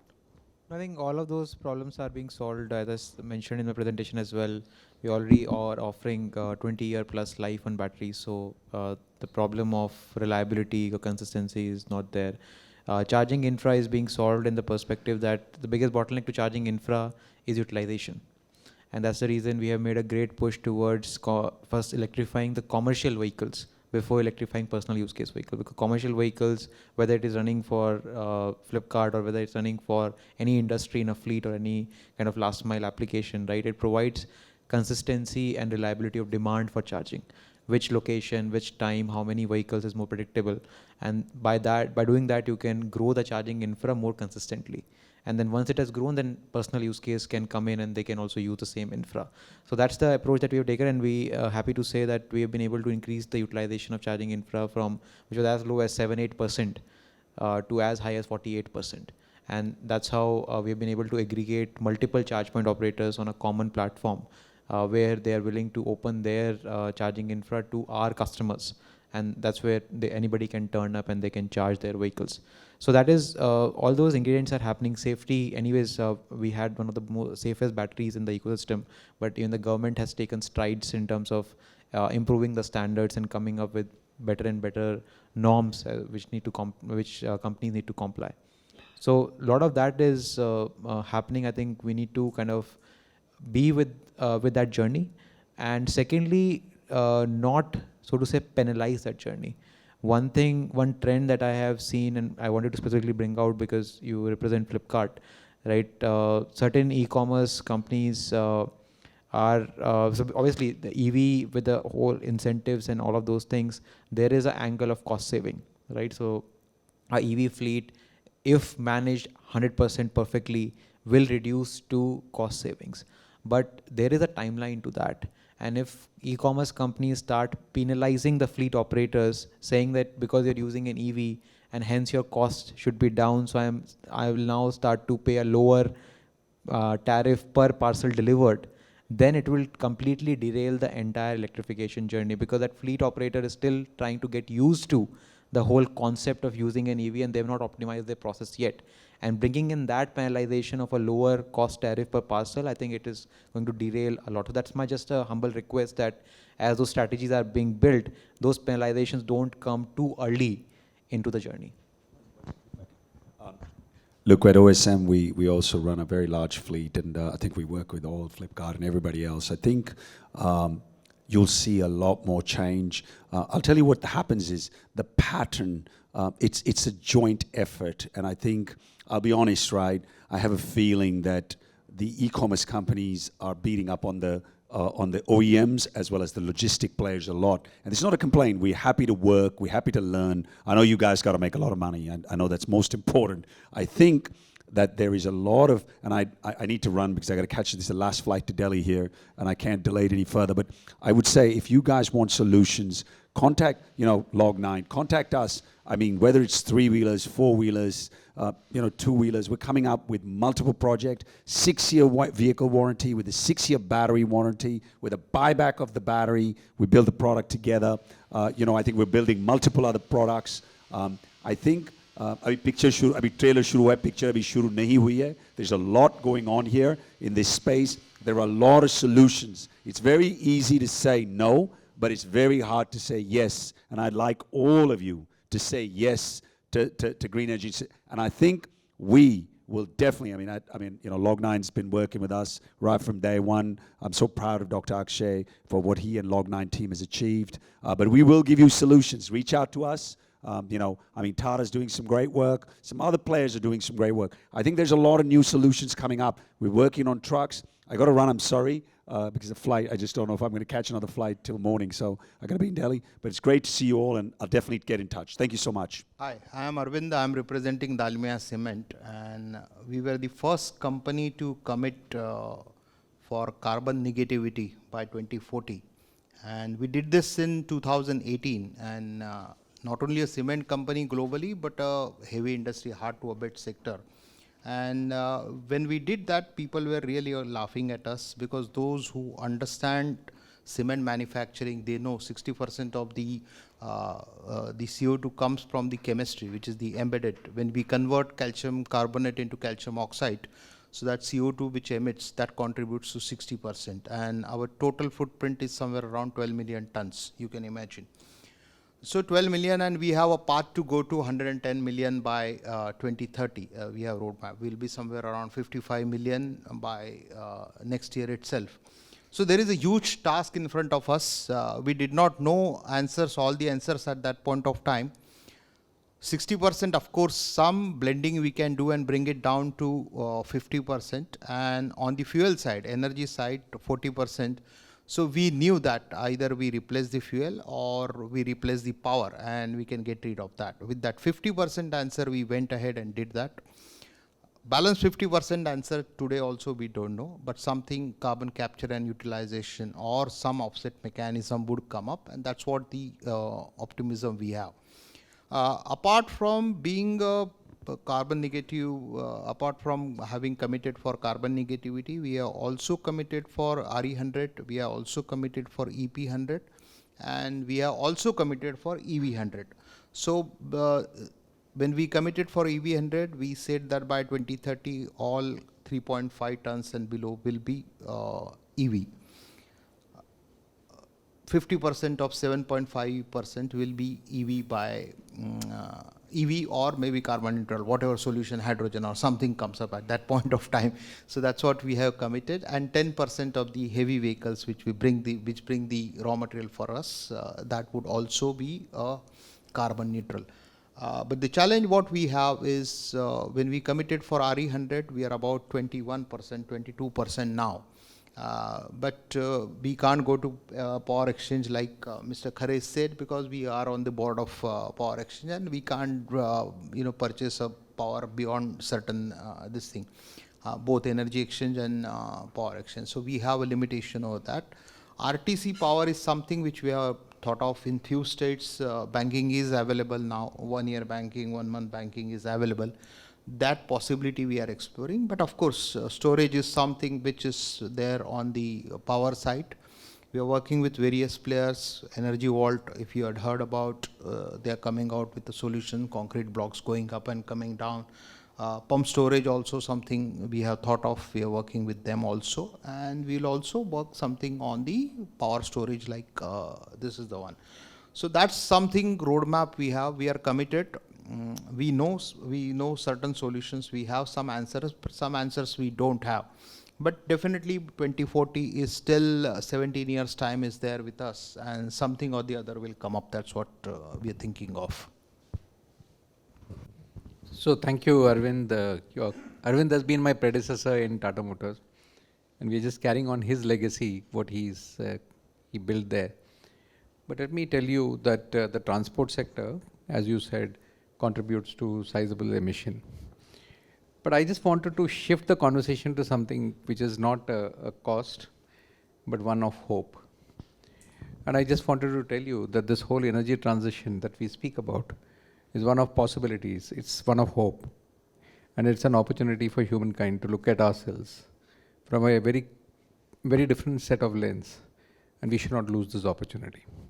Let me tell you 3 reasons why we look at it. So I'll not talk about circularity, I'll not talk about biodiversity. I'll stay with the scope 1, scope 2, scope 3 emissions, and we'll try to build this conversation around that. So the first important lesson that we learned is to not doubt, but to start. We don't need all the answers on day one, but we need to know what's our footprint when we start. The minute we start learning what our footprint is, and when we say that we are going to be on a trajectory, we are drawing a graph. And when you draw a graph from now till say 20 years from now, we are saying we have to decarbonize at the rate of 5% per year. You don't have to do 100% on day one. And the minute you're dealing with 5%, you've broken it into manageable chunks. So this is the first lesson that we learned. Second lesson we learned is, when you have a footprint analysis, you know where you measured something, you know where your problems are. And I want to tell you with certainty, in an automobile company, any automobile company, the scope 3 emissions and the category 11 of scope 3, which is use phase emissions, contribute to nearly 90%. In the case of passenger cars, it may be slightly 80%, but in most automobiles, it will be 90-95%. Therefore, working on technologies related to the technologies of tomorrow become an important. So you peg that problem, solve for it. The next thing you will come to the conclusion is your scope 1 and scope 2 emissions, which is electrification, RE100, etc. Solve for it. And I want to tell, Marico, that we need approximately 130 megawatts of electricity across our plants as we speak today. In 2030, we may need probably 5 or 6 times that. But as we speak today, we can solve for this today with a combination of options which are available. You don't have to depend on solar. You don't have to depend on rooftop solar. You can get open access. You can get wind. A combination of several solar solutions is possible to solve today. It's not rocket science, and there are several people who are able to guide on this. If any of you want to get in touch with me, feel free to talk to me. Sustainability is, there's no competition, it's only collaboration. So feel free, we'll tell you what we can, what we have learned. But I can tell you with certainty, it is solvable today.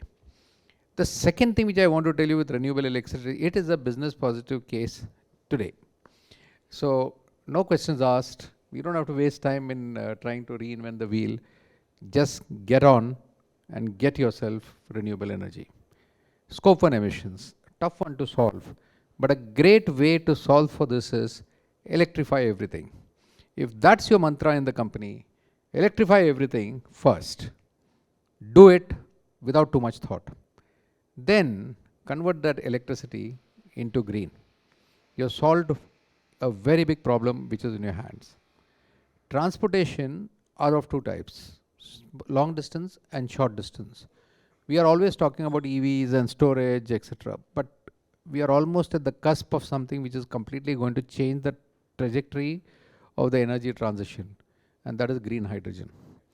This is a country which is very lucky, and we should be very, very, very glad that we are belonging to this era where we are seeing this transition. Let me tell you why. This is a country where the cost of electricity from renewables is perhaps lowest in the world. And if you see what Reliance is doing, Adani's are doing, and several big corporates are doing, getting into green hydrogen is a solution which is completely going to change the way this country is going to be. A combination of all this with what's happening in the Indian Railways, they're planning to get to net zero by 2030. So this whole sequence of things are bound to change. So friends, what's the message for all of us from Tata Motors? That here is a transition, a never before transition, a paradigm which we should all embrace. If we look at it as a cost, a challenge, we have lost the big picture. If you look at it as an opportunity to build ecosystems, an opportunity to build collaborations, an opportunity to change the way we do our work. We all probably think that shift should operate from 6:30 in the morning till 3 o'clock in the evening, and 3 o'clock it should start, and 11:30 and 11:30 to 6:30. We think of those. But if we were to start innovating around that, you may find solutions which are very different from what we probably are used to. So I'll just close by saying, open up your minds to the possibilities that are there in front of all of us. This is not a possibility for A company or B company. It's a possibility for each one of us. And when we look at it from that perspective, we are looking at something that we should all be very lucky that we are born in this era to be able to grapple with. That's the singular message from Tata Motors.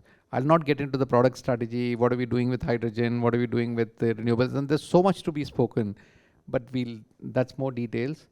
We'll build on this. And there's something related to supply chain which I have to tell you. Supply chain decarbonization is not as difficult as we think it to be. There are ways, there are techniques, there are methods, there are possibilities, there is engagement possibilities. But let not the great be the enemy of the good. Let's get started. And once we start, solutions will emerge. We must remember the operative word here is transition. And transition means there is a tempo, there's a time axis to it. So once we get to that understanding, it's on a time axis we have to start doing, solutions will emerge. And all of us can work together to make it happen. In this space, there's no competition, there's only collaboration. Thank you. Well said. So my name is Bipin Odekar and I represent Marico.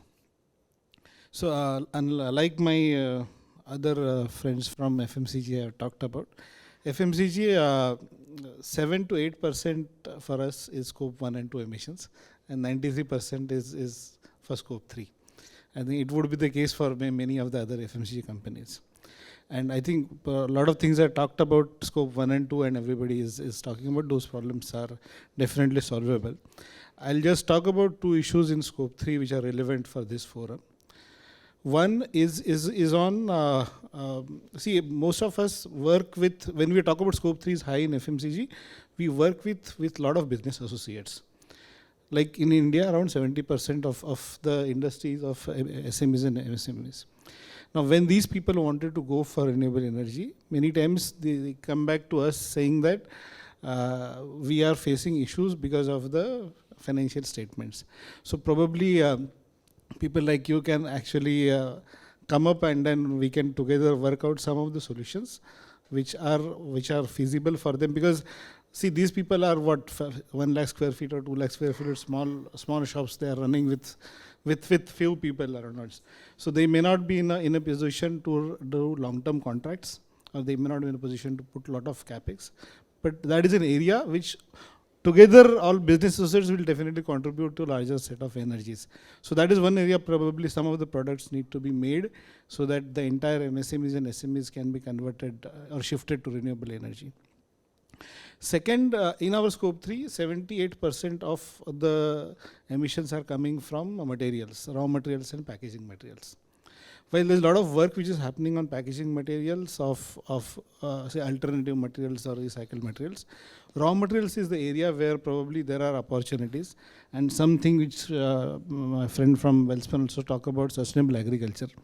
Now there is another set of things which probably batteries and see, in sustainable agriculture, one of the upcoming thing is that whatever the energy which is utilized in farming sector cannot be completely converted to renewable energy, and that is probably the big area as of now which is still untapped.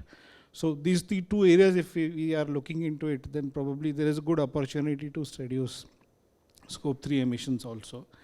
Rest of the things like transport, I think he spoke about transport also, and other sectors in scope 3. Probably there is the journey has started, and then some of the solutions will definitely come out.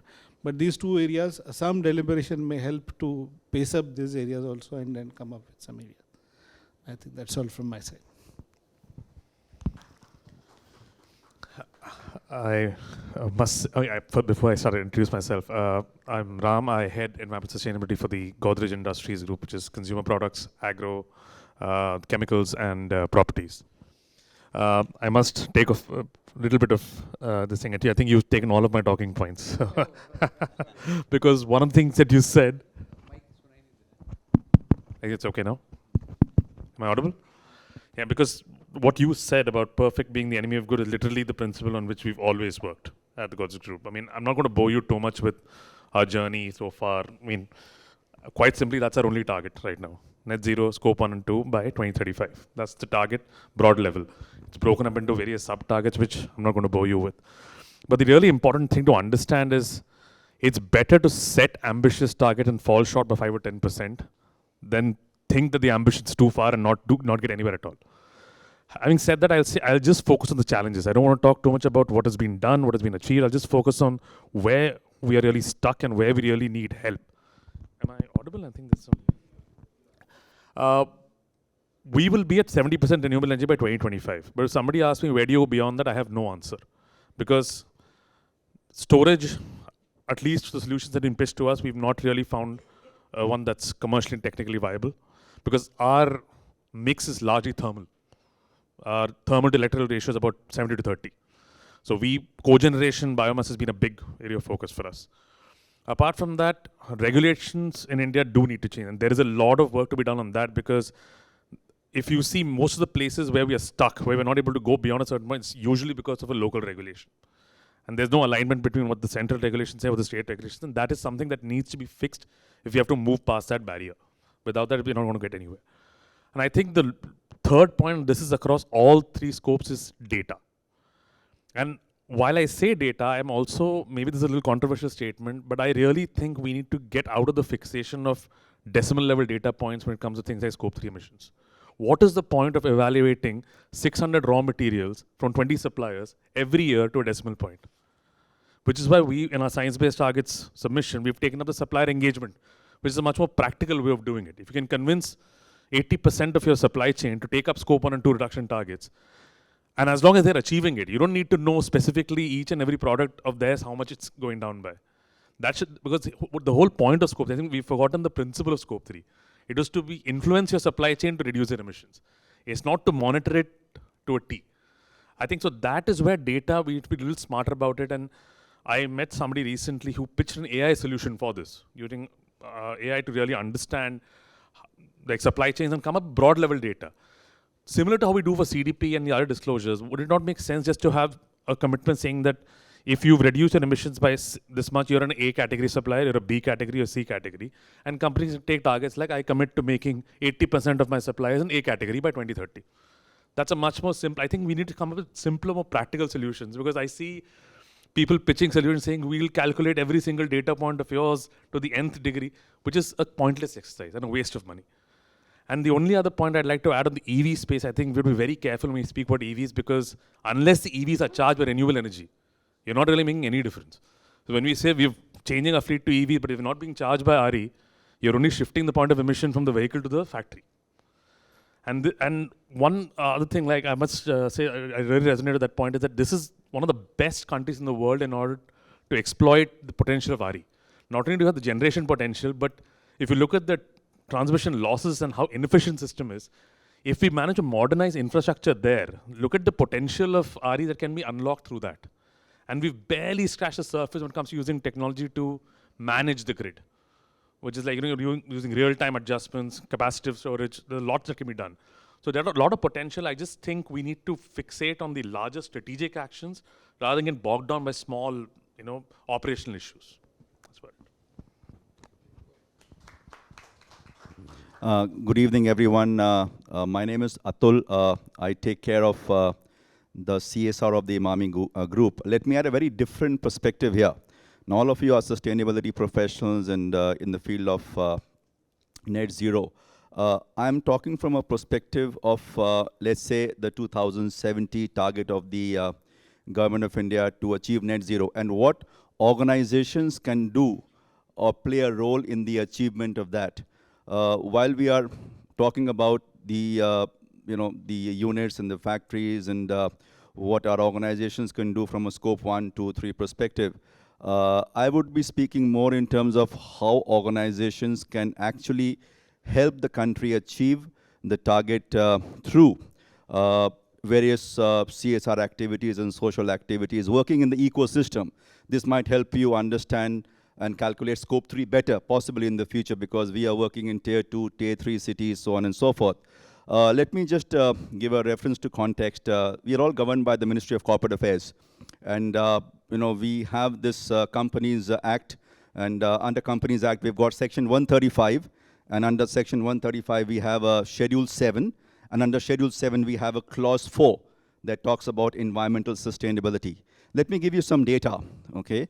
As per the data, just 7% of the corporates of the country are actually spending their CSR money on environmental sustainability projects. Talking about sustainable development goal and how organizations and corporates are mapping their CSR work, just 3% of, which is SDG 3, which talks about climate action, just 3% of the corporates in India are using their social initiatives in the field of climate action, which is a very important criteria in terms of the sustainable development goals. So my point is about how organizations, not just through their manufacturing units, not just through your supply chain, not just through your mobility, but how can organization can actually add to the achievement of the net zero through various holistic activities. Talking about the challenges, I think having worked at the ground level, at the bottom of the pyramid, I think the biggest issue that we need to address as an organization and as a country is possibly, Pawan sir, you spoke about the big problem. Okay, the problem is huge, but do we as a country understand? Here is in this room, we have a select few from the country who are talking about net zero. But what exactly is net zero? What exactly is carbon emission? What exactly is scope 1, 2, 3? Is the country understanding it? Okay. How about corporates using their CSR, using their reach penetration through your supply chain, through your distribution channels? How about spreading awareness? I see a lot of people talking about awareness is the biggest issue. Behavior change. We in CSR, we have a lot of projects on behavior change. How about a behavior change? EV, technology has come. People still have, kind of an apprehension of buying an EV because it's a mindset problem, it's a culture problem. We in CSR, we work with a lot of, communities having social taboos and stigmas. So there's a lot of areas to work upon, not just the hard areas, but the soft areas I'm talking about.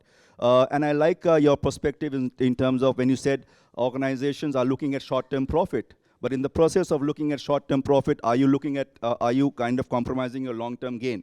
I think that's a good point you made.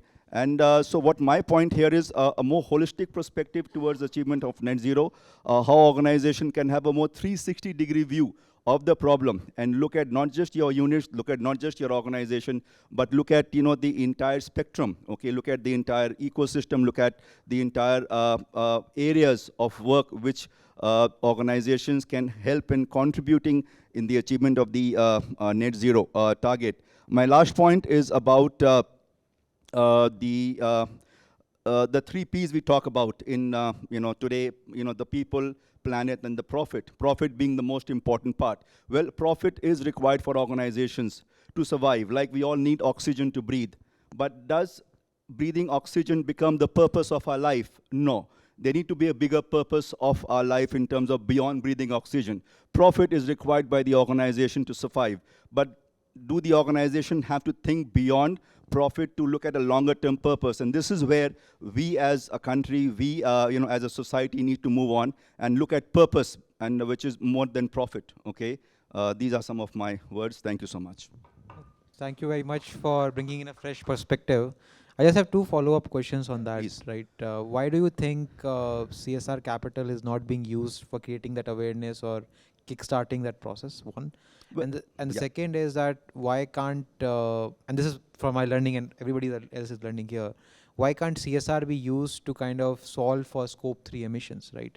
Because CSR is a pool of capital which can be used to incentivize your suppliers and vendors and create some capacity over there. I think there's a historical perspective in terms of CSR. If you look at the data given by the NGO Box CSR Outlook Report 2022, almost 50% of CSR is being used in health and education only, okay? And just 6.97% is being used in the field of environment. I think this is happening because we need to involve possibly one very important segment of the society, which is a civil society, the NGOs, okay? They can play a huge role. There's a huge, I think 33 lakh NGOs working in the country, okay? There are 15,000 corporates in India or companies who are under the umbrella of CSR. However, 33 lakh NGOs and CSR is actually contributing around 16,500 crore of money. That's not a huge amount of money, but then decent money to be able to spend in an area in terms of increasing awareness. So how about including the civil society, the NGOs, and the other organizations into the whole, I would say, project or into the whole movement of, bringing more awareness in this area? Your question, your second question was? The second question was, why are CSR funds or why can't CSR funds be used to incentivize your supplier network to solve for your scope 3 emissions? No, it's not. It is, see, allowed and not allowed is a matter of. Sorry. So please. Even if you put a solar plant, we had this discussion on our way here. If you put a solar plant on a model where someone else puts a solar plant on your rooftop to provide you electricity and you subsidize it, it is in your premises. You are, see, there is the law does not say that it cannot be related to your business. It cannot benefit the business, right? It cannot, no, but again, it does not say it cannot benefit the business also. See, if you do branding, if I do anything like Marico and Emami and even Godrej or even Tata's, don't they say we also make steel? So are they not doing CSR for their marketing? So it's directly impacting business. Don't we say that? So see, it's not. It's if you go by the law does not forbid it. It's just that you need to think. The problem, just to take your question, and the problem in India is when it comes to CSR, we think philanthropy. We do not think that it can be done like this. So if, coming back to my example, if you put a solar panel, you show it under investment in climate change. Now solar panel, whether it is in your plant or you put it in my plant, ultimately you are helping the environment and no one can question that. You have reduced your dependence on electricity. So I think the bigger problem is, I mean, a lot of organizations I know have used their own CSR funds to install solar plants in their own factories, okay? Now, there is kind of a question being asked that, you know, any project that benefits the business directly or indirectly cannot be CSR because you're benefiting, you know, all the savings, the cost saving is going to your organization. So yes, there are certain gray areas in the law. The Ministry of Corporate Affairs is taking out clarifications almost every 3 months or 6 months, trying to tighten the whole system of CSR. So the CSR doesn't, you know, kind of positively benefit your business, your employees, your processes, your cost savings. However, there's a lot of work that can be done, and I think this is an area we all need to look at it more seriously in terms of a more holistic approach of CSR's contribution, or in fact, organizations' contribution, leveraging CSR to be able to, you know, kind of help the country achieve the net zero targets. No, absolutely. I think, as we say in Hindi, jahan chaha wahan raha, right? So unless and until we really put a thought behind it, it will never be possible. And to his point, right, I think a lot of companies, without naming anybody in particular, right, a lot of companies have used CSR funds for brand building and for marketing, and all of that has happened, right? So if that kind of thing has been going on for decades, right, the policies can always be kind of tweaked and the government can change it to kind of promote use of CSR funds for climate change and climate action. I think it's just about bringing the right thought and kind of bringing the right strategy as to how it can help, whether it's scope 3 or in general benefiting the environment. I think all that you know, work that corporates were doing to use CSR for increasing your brand equity, and of course you're helping the organization. I think a lot of clarifications have come and it's now stopped. I think I haven't answered your last question. I think CSR has been used historically as you know, as a donation or as a charitable kind of initiative. Organizations have been, हमारे देश में दान की परंपरा, you know, चली आ रही है कि हम लोग दान करते हैं. When I say दान, मतलब गरीबों को दान करेंगे, उनको खाना खिलाएंगे, we will give them money, we will give them food, रोटी कपड़ा मकान देंगे. So that is how historically the understanding of CSR has been. It's not gone beyond that, and I think this is where we as a country, we have to think of, you know, on these lines and kind of start using CSR, which is kind of, you know, not for the short term, but from a long-term perspective. I'll just like to add a few words, because just a couple of weeks back, I was with the mastermind of India CSR Act, Dr. Bhaskar Chatterjee, the erstwhile Secretary of Ministry of Corporate Affairs, and right now heading the Vedanta Foundation. His thought process was telling that what is the CSR? It was that is 2% of last 3 years' average profits that we give for CSR. How much is the total value? Just 25,000 crores. Which any ministry's budget is just much more than 1 lakh of crore, much more than that. It's a very small budget. He said that corporate sector has got that animal instinct, project mode of working to happen. They are the ones who can create those islands of excellence which can be replicated by the government and others because they are beyond bureaucracy.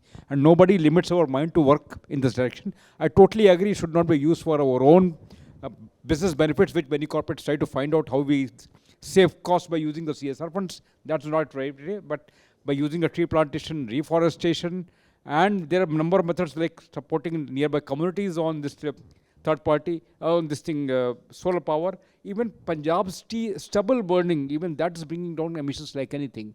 So those are the areas to be worked upon, and corporate sector can certainly play a role. Thank you so much. Yeah, this is Manoj from JSW. So we, JSW as a group, we are into steel manufacturing, cement manufacturing, paints, and also energy. So we have within a steel and cement, that's the industry segment we operate in, which is difficult to abate. So we are at the other end of the spectrum, in terms of the scope 1, scope 2, scope 3. So unlike FMCG, where 90% is scope 3, for us, scope 1 and scope 2 is 90%. Scope 1 itself is around 75 to 80%.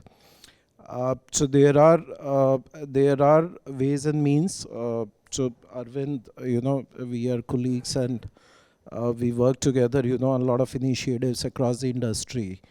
The one of the thing, from the industry, from the cement industry, I'm saying, the one of the thing, which we really need to work on is on the mining fleet, which is a the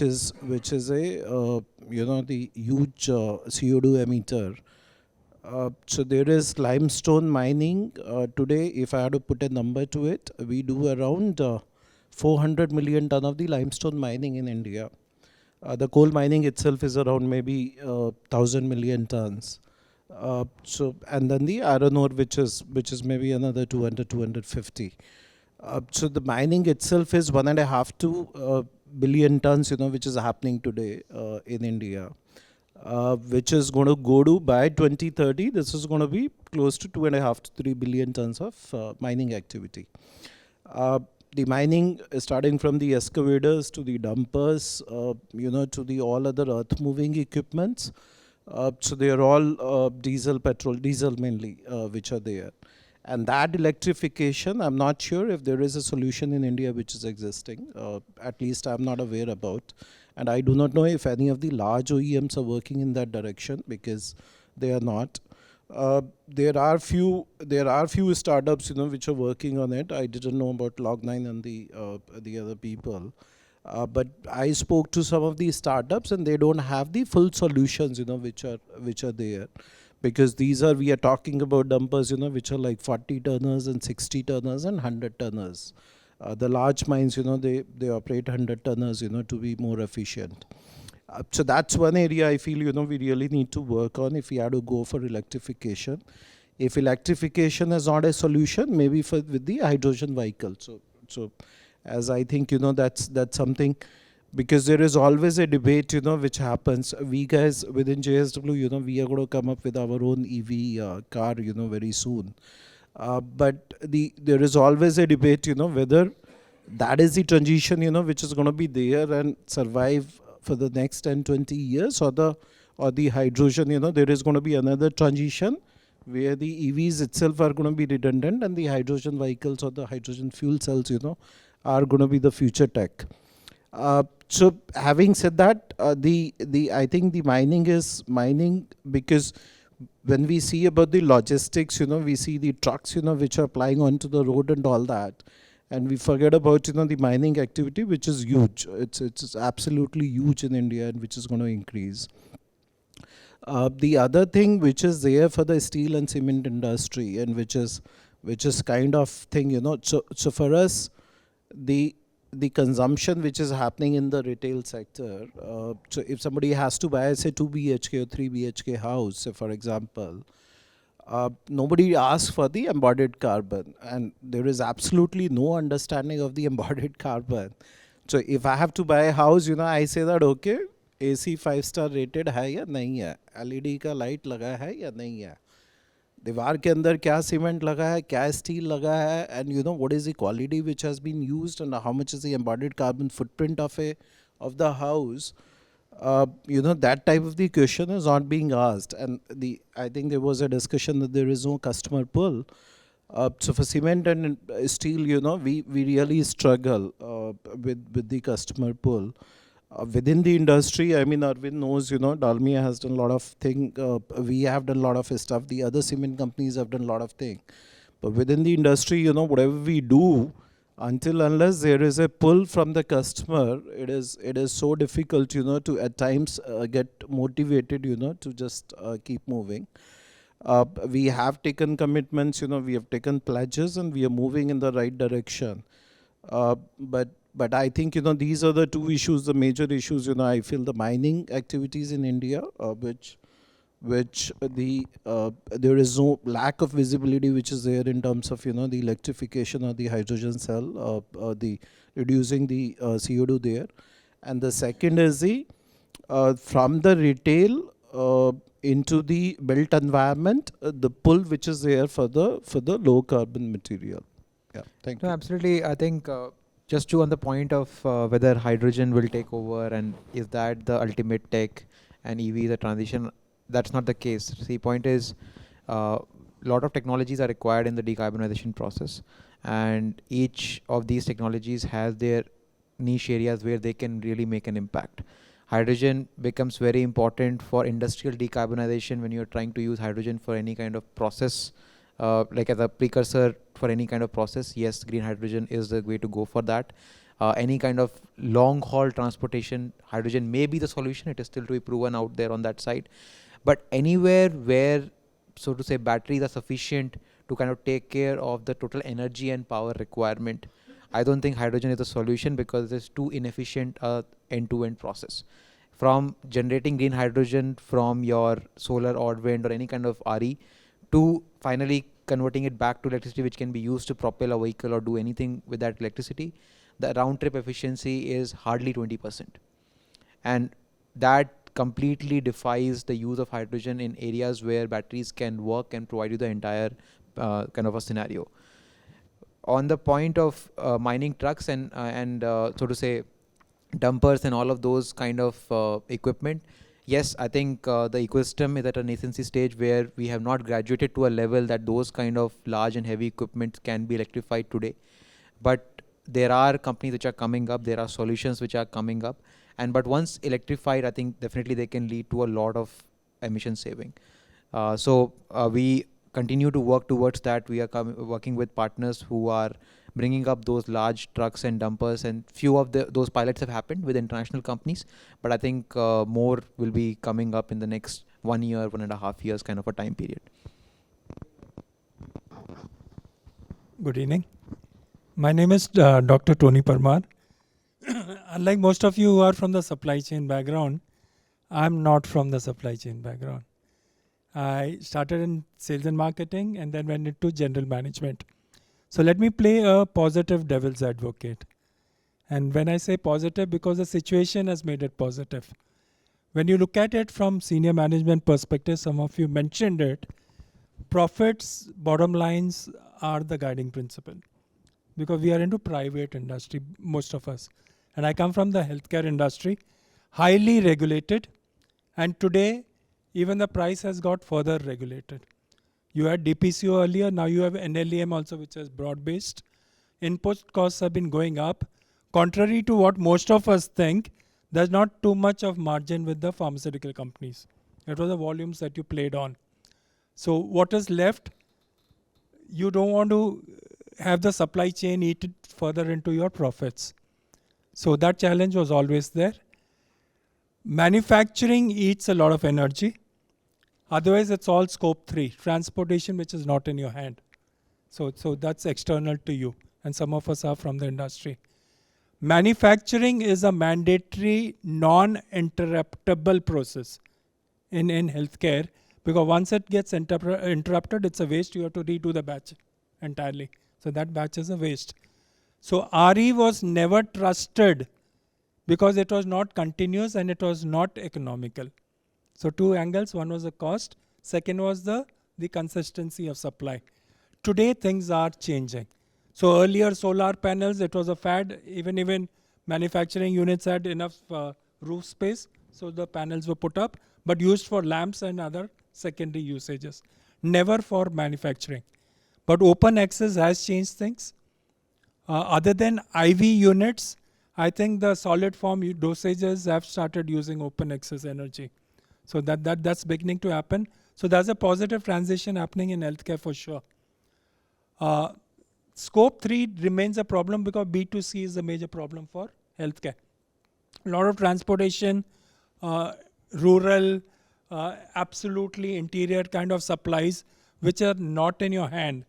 CSR we were talking about. I don't know about other industries. One has been directly associated with taking calls for CSR. However smartly you might term your CSR, it has to do something to benefit the company. Now, whether you're doing education, whether you're going through NGO. Now, for example, around the factories, when you do a CSR, it is to make sure that the villages around the factory don't create trouble for you. So, but RE can definitely become one of the options because RE is now becoming favorable to the organizations. Earlier it was not, so people didn't want that to happen. Today it can definitely be part of your bucket list as far as the options are concerned. So from healthcare perspective, yes, open access is a definite option. The other the options that we are talking about, as long as there is reliability of supply and the costing is fine, healthcare will definitely start looking at these options. Just one point on the topic of CSR. Well, in CSR, there's a direct benefit and there's an indirect benefit. The CSR project is designed for a direct benefit to the beneficiary. Now, there are indirect benefit which that comes as a byproduct of the whole project. Now, if the organization benefits in terms of brand value, public relations, marketing benefit, and the organization cannot shy away and not take the benefit. But not all organizations are kind of doing CSR only for the benefit of the organization. There are organizations who are doing pure CSR for the benefit of the ecosystem and the beneficiaries. And of course, the benefits come and they take it because that's not the primary objective of the CSR activities. Yeah. So very valid point, and I think the question that we need to ask ourselves is that if that indirect benefit accrues in terms of solving for your scope 3 emissions, then shouldn't that be considered? Good evening, everybody. My name is Raghavan. I'm here as an invitee to the Blue Circle event. I am also associated with Blue Circle as an investor and a director on the board. And I should tell you that the topic, I came in here just to listen, but when I listened to each one of you, the optimism that I have about solving the problem has gone up many folds. Because here you are, leaders of the most successful organizations, the biggest ones, sitting on a Thursday evening in Lower Parel and really spending a lot of time sharing so openly and genuinely interested in the industry problem as opposed to an individual organization's problem. So I'm extremely excited about the possibilities that this is causing. Is the mic working? Okay, the possibility that this is causing, so I'm very, very excited. So I came in here only to listen, but I cannot help say a couple of things. One is I was quite excited by Dr. Akshay's slide where he said 17.5% of the emissions is coming from buildings. If you look at that and slap on it another statistics, which is about 40%, approximately 40 to 50% of the built environment electricity consumption is coming from HVAC. And I have to disclose honestly that I run a Singapore-based company which is into HVAC system solutions business, which is basically cooling as a service. The company has taken 6 decades of design expertise, slapped a superior technology with artificial intelligence in it, thereby being able to reduce power consumption from HVAC to the extent of between 35 to 50% of central air conditioning plants. Consider this at an industry at a macro level, 17.5% is contributed by built environment. Consider the power of a 35% reduction in that, that's about 6.12%. You talked about step by step and let us get started kind of a thing. In my understanding, I have not seen anything which is lower hanging than this opportunity, as long as you are having built environment in your operations which are guzzling energy on the HVAC side. The solution that the company has is as a cooling as a service. We're talking about OpEx model. So it's one where we supply the chilled water and bill you as much as you use. It's like a pay-per-use central air conditioning model. The purpose of my saying about this is not to promote my company's product or a solution, but to say that I completely, what you said resonates with me. Getting started at the biggest opportunity is probably one of the best things to do that we can do. And this particular area offers a step change to the journey in the reduction of carbon footprint in the organizations. So I'm most excited by the no holds barred sharing of everything that each one of you has done. And I really am very, very privileged to have been part of the discussions. Thank you.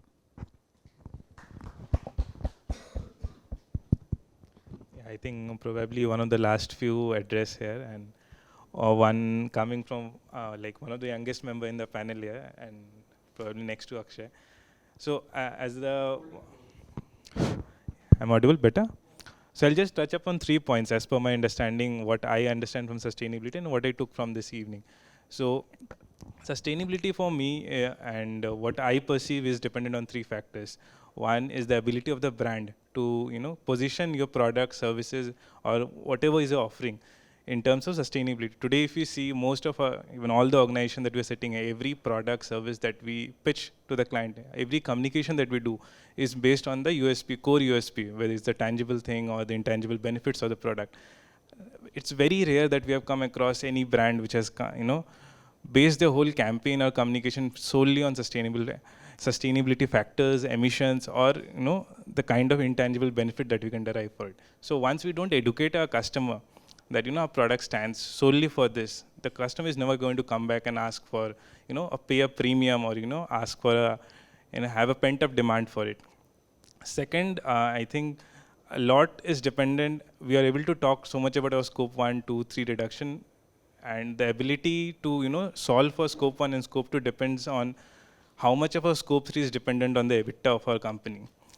We can readily reduce scope 1, scope 2 by electrifying our employee fleet or getting into RE, but a lot of pressure of the cost will come down on the scope 3. I'll take a very small example because I come from a mining background too. So let's say Jindal is able to electrify one of its steel blast furnace. The cost is somehow will be adjusted because probably a few of the blast furnaces that were manufactured decades ago or installed decades ago have been amortized. So if you are able to stretch those blast furnaces by a couple of more years, maybe my incremental cost of switching to an electric blast furnace can be compensated. So I think as a company or as a brand, we are able to talk so much about scope 1 and 2 reduction because our scope 3 is very sticky without EBITDA. Any decision that we take on scope 1 and scope 2 has to be compensated by what we do on scope 3. So we are readily reducing scope 1 and 2, but we are ignoring that a lot of pressure is piled up on scope 3 to save on the cost and preserve the EBITDA at the business level. So that's my take for today. I just want to make one comment here. I actually forgot to mention this because a lot of people raised it, but you just brought it up again about the premium on sustainable products. And I think we need to rethink this as well, because on one hand, you're saying sustainability is not a cost. It's a saving to the company. And then you're saying for a sustainable product, I have to pay a premium. Somewhere there is a disconnect. If you're saving costs due to sustainable behavior, surely you should be able to pass on savings to your customers. Why should there be a premium? So I think we need to fundamentally get out of the thinking that a sustainable product is necessarily more expensive than a non-sustainable one. which is the last product, sustainable product solution. You are from Godrej, let's say. Even Godrej is into a lot of real estate and all. And I've seen reports where millennials, Gen Zs, and people in the mid 30s are paying premium for sustainable real estate apartments. I don't understand. So because this is it's not, the cost cannot be recognized on, the benefits cannot be recognized on day one. There has to be a plan around it. But the adoption happens on day one. And that's what I'm saying. I was talking about more of smaller products. I mean, there are products and services and industries where the shift, final shift to the net zero is going to be expensive. And it is not cost saving, it is the additional cost which is going to be there. So if the carbon, so for example, cement industry, if the carbon capture has to be done, steel industry, if the carbon capture has to be done. So I'll tell you the example. I mean, the cement is, so we sell cement at $100 a ton. That's the price of the cement. 7 rupees a kg or 8 rupees a kg. The cheapest of the cheapest construction material you can imagine. Cheaper than water, cheaper than the raddi we sell, at home. No, raddi jo bechta hai, wo bhi 10 rupees de ke jata hai. So we sell cement at 7 rupees a kg.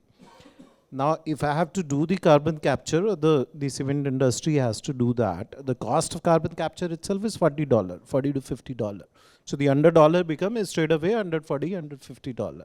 And that is where the cost component comes from. And that is where the demand, and this is, we are talking about 400 million ton today, which is going to be 800 million ton 10 years down the line. The China with the same population, they are doing 2 billion tons, cement consumption. We are doing around 385 this year. So in steel also the same example. Some of the places we actually save cost, so which gets passed on. But then if we have to go to net zero, then there is a cost delta, which is it.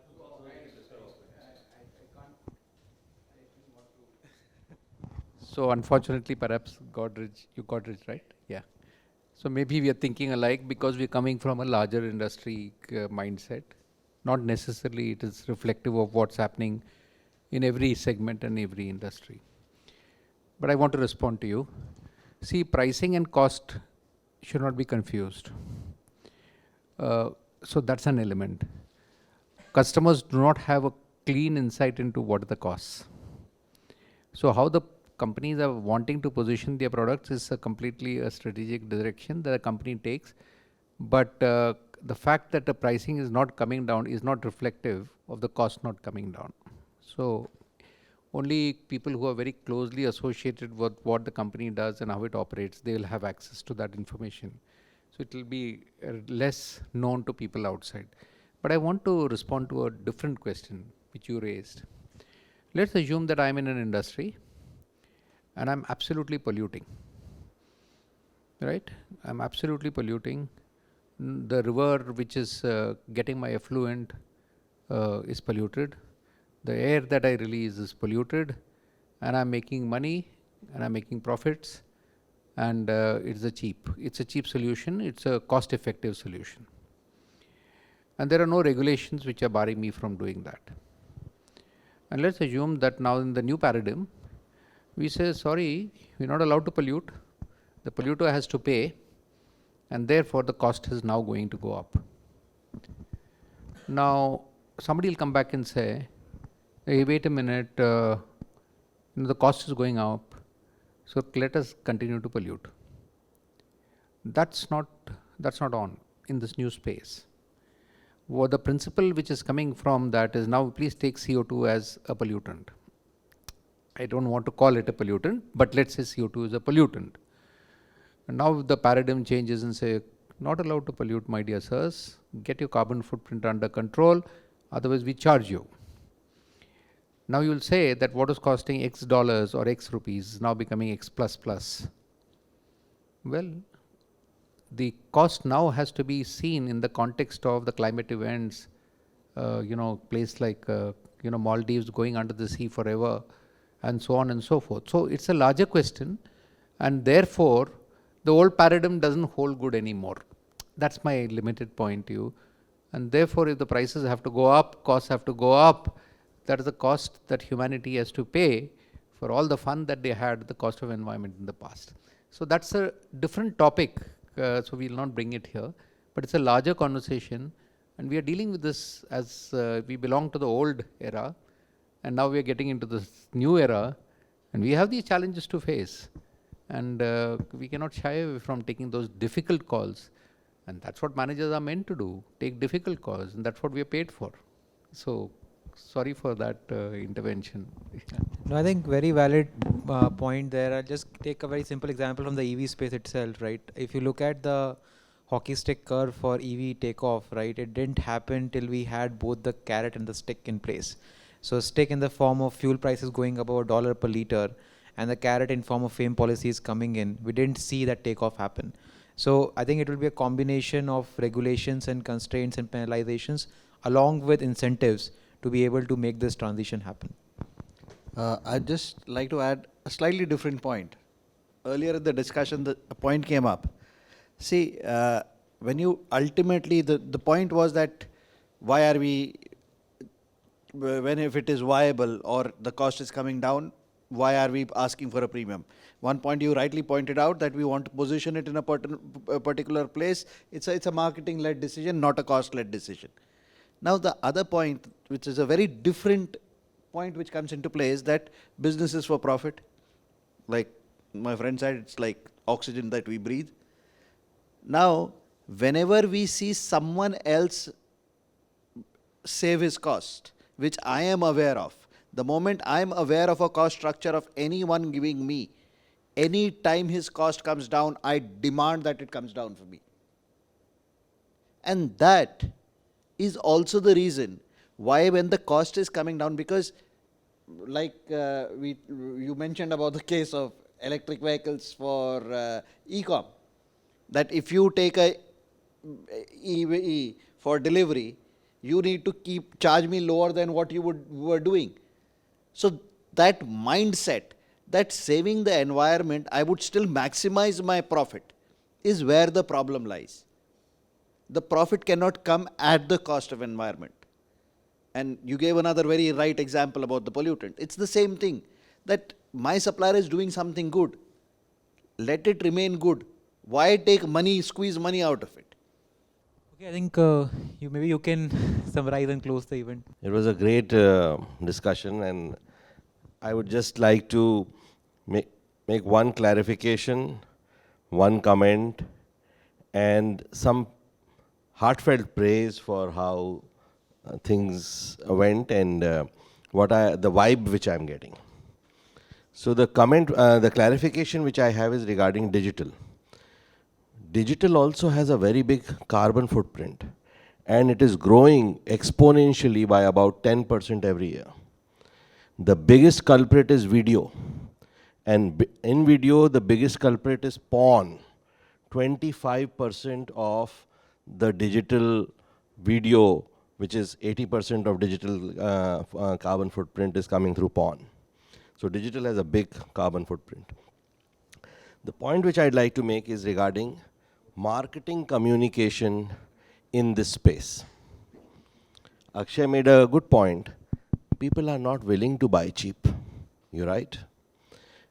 Many a time people do not want to buy something which they want to be very reliable at a low cost. Which is why you would remember Walmart, etc. They came with that famous line, it is smart to buy cheap.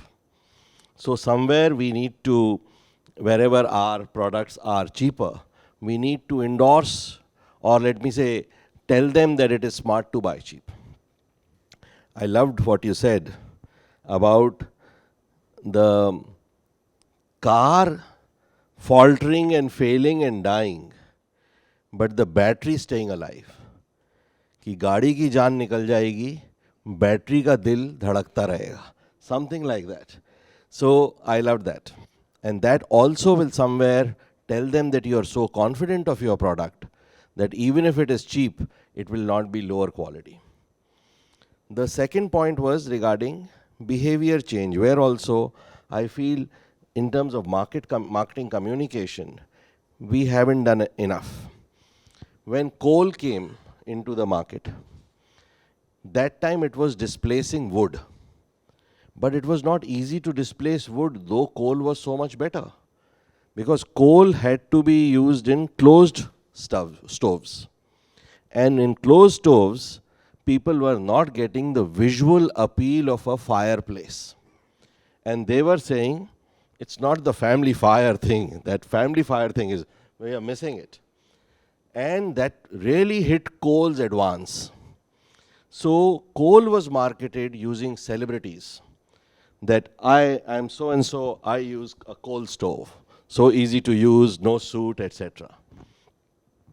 Similarly, I was remembering from the automobile sector, Amir Khan, when he was pushing, HTA I think was pushing a moped. The class of mopeds was just forming. The class of mopeds against motorcycles and or scooters. I remember that ad said, अकेले होती है हर नई शुरुआत. Amir Khan is saying, अकेले होती है हर नई शुरुआत. जब शक्ति हो अपने पास तो जमाना देगा साथ. So you are making that user of that moped a pioneer. Something to feel proud of. That also is not happening yet. As far as awareness is concerned, you made a very good point that we need to, who knows about scope 1, scope 2? And it is not so difficult to sell. In this country, we sold the Lokpal. Lokpal we sold to the lowest of the low. The uneducated people, they understood what is this Lokpal, ombudsman concept. We sold it through good marketing. I'm not commenting on the party. I'm just saying that they did a very good job in selling that idea. So scope 1, scope 2 is very easy to sell once this star cast decides that they are going to sell it. That was my comment, that we are somewhere in advertising, PR and communication. We need to really up the game. And leaders like Log9 and Omega Seiki, etc. should up this game. Bira, I loved the fact that you are taking curry to Michelin star restaurants. I was remembering Michelin star. How did these restaurants come about? These restaurants came because Michelin, which is a car tire maker, their tire sales was going down. So they decided, we will make consumers go to faraway places for restauranting. So they started looking for good restaurants in the hinterland. And that is how, and they started coming with the Michelin star, publicity, which is what made those car tires turn more, because people were now going to hinterland and their sale came up. I am really amazed that you are taking now Indian curry to those Michelin star restaurants, which is also an amazing example of how enterprising Indian business is. I also felt that it is said that thinkers have only interpreted the world. The point, however, is to change it. And I felt everybody here is not only coming with a very well-considered thought, he is coming with an action plan. And I loved what Uday also said. He did not say picture abhi baki hai. He said picture abhi shuru hui hai. I would like to say, abhi to ye prequel hai season 1 ka. Abhi ye star cast utarne wali hai.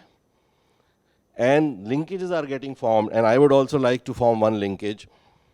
One of the companies which I lead is a very big consumer of courier services. So if any of you knows DTDC, anybody at the top level who's very reliable, I would like to have a contact.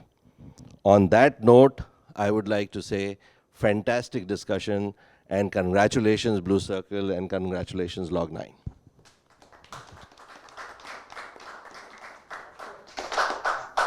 One small query I have. How are you securing the lithium supply chain? See, and also, lithium is not going to be a devil or a villain after maybe 100 years or so. I can't comment on that one. But the thing is that lithium is, while it is a tricky material, but it is a problem which we are too fixated upon, and I'll tell you why I'm saying that. If you look at a cell, which is in front of you, and a battery, right? Almost 2/3 of it, or slightly less than that, is actually materials like aluminium, copper, and iron, which we don't talk about, right? The problem really in the country today is that while we are one of the largest producers of these materials globally, right, maybe in the top 2 or 3, we don't even produce a single ounce of battery grade aluminium or copper or iron in the country. And these are such massive low hanging fruits that if we localize these materials to be produced in the right grade, quality and format in the nation, your battery manufacturing will get to that 70% magic number of indigenization that we are all targeting for, just by doing this. Right? And then comes the problem of how and where do you source lithium from, whether the J&K mine will actually churn out something, and when it will churn out, and when those supplies will be secured. But in this entire race to kind of solve for lithium, we are even missing out the materials that we can solve for. As far as lithium is concerned, beyond the possibility of mining in India, what we can definitely do, and where already some balls have been rolled, is doing recycling. Right? We have been so awesome and efficient in terms of recycling and reusing materials in the country. Why can't we apply that to the new age products and technologies as well? And that's where a lot of companies are coming up with really efficient recycling processes in India. We ourselves have invested in a company called Metastable, which has reduced the lithium recycling capex by 60% and the OPEX by 35%. Right? So you create an artificial hub of recycling for the world's lithium-ion batteries. Get them here, create your artificial source, and your problem is already solved. One more thing. Do you have access to capital for providing battery solutions on an OPEX model? We don't have it, but we have the partners in place. Like I mentioned, Amplus, so we are working with them, and we are already putting on some pilots on that front where they finance it. And there are more companies which are coming up and willing to do it. For example, even Renew Power is now getting into that business, and there are others as well. So I think capital is not the problem. Capital is available, and more of it is flowing through various DFIs and institutions which are interested in the clean space. The challenge was of the right solution and the solutions which are required by the industry. I can create a solution sitting in my office, in my lab. If it doesn't work for anyone of you, then it's not really a solution. So I think that's where this collaboration is important, to understand how and what is the right solution, and then the right capital can be. If somebody is willing to use it and it is reliable, then capital is available for that.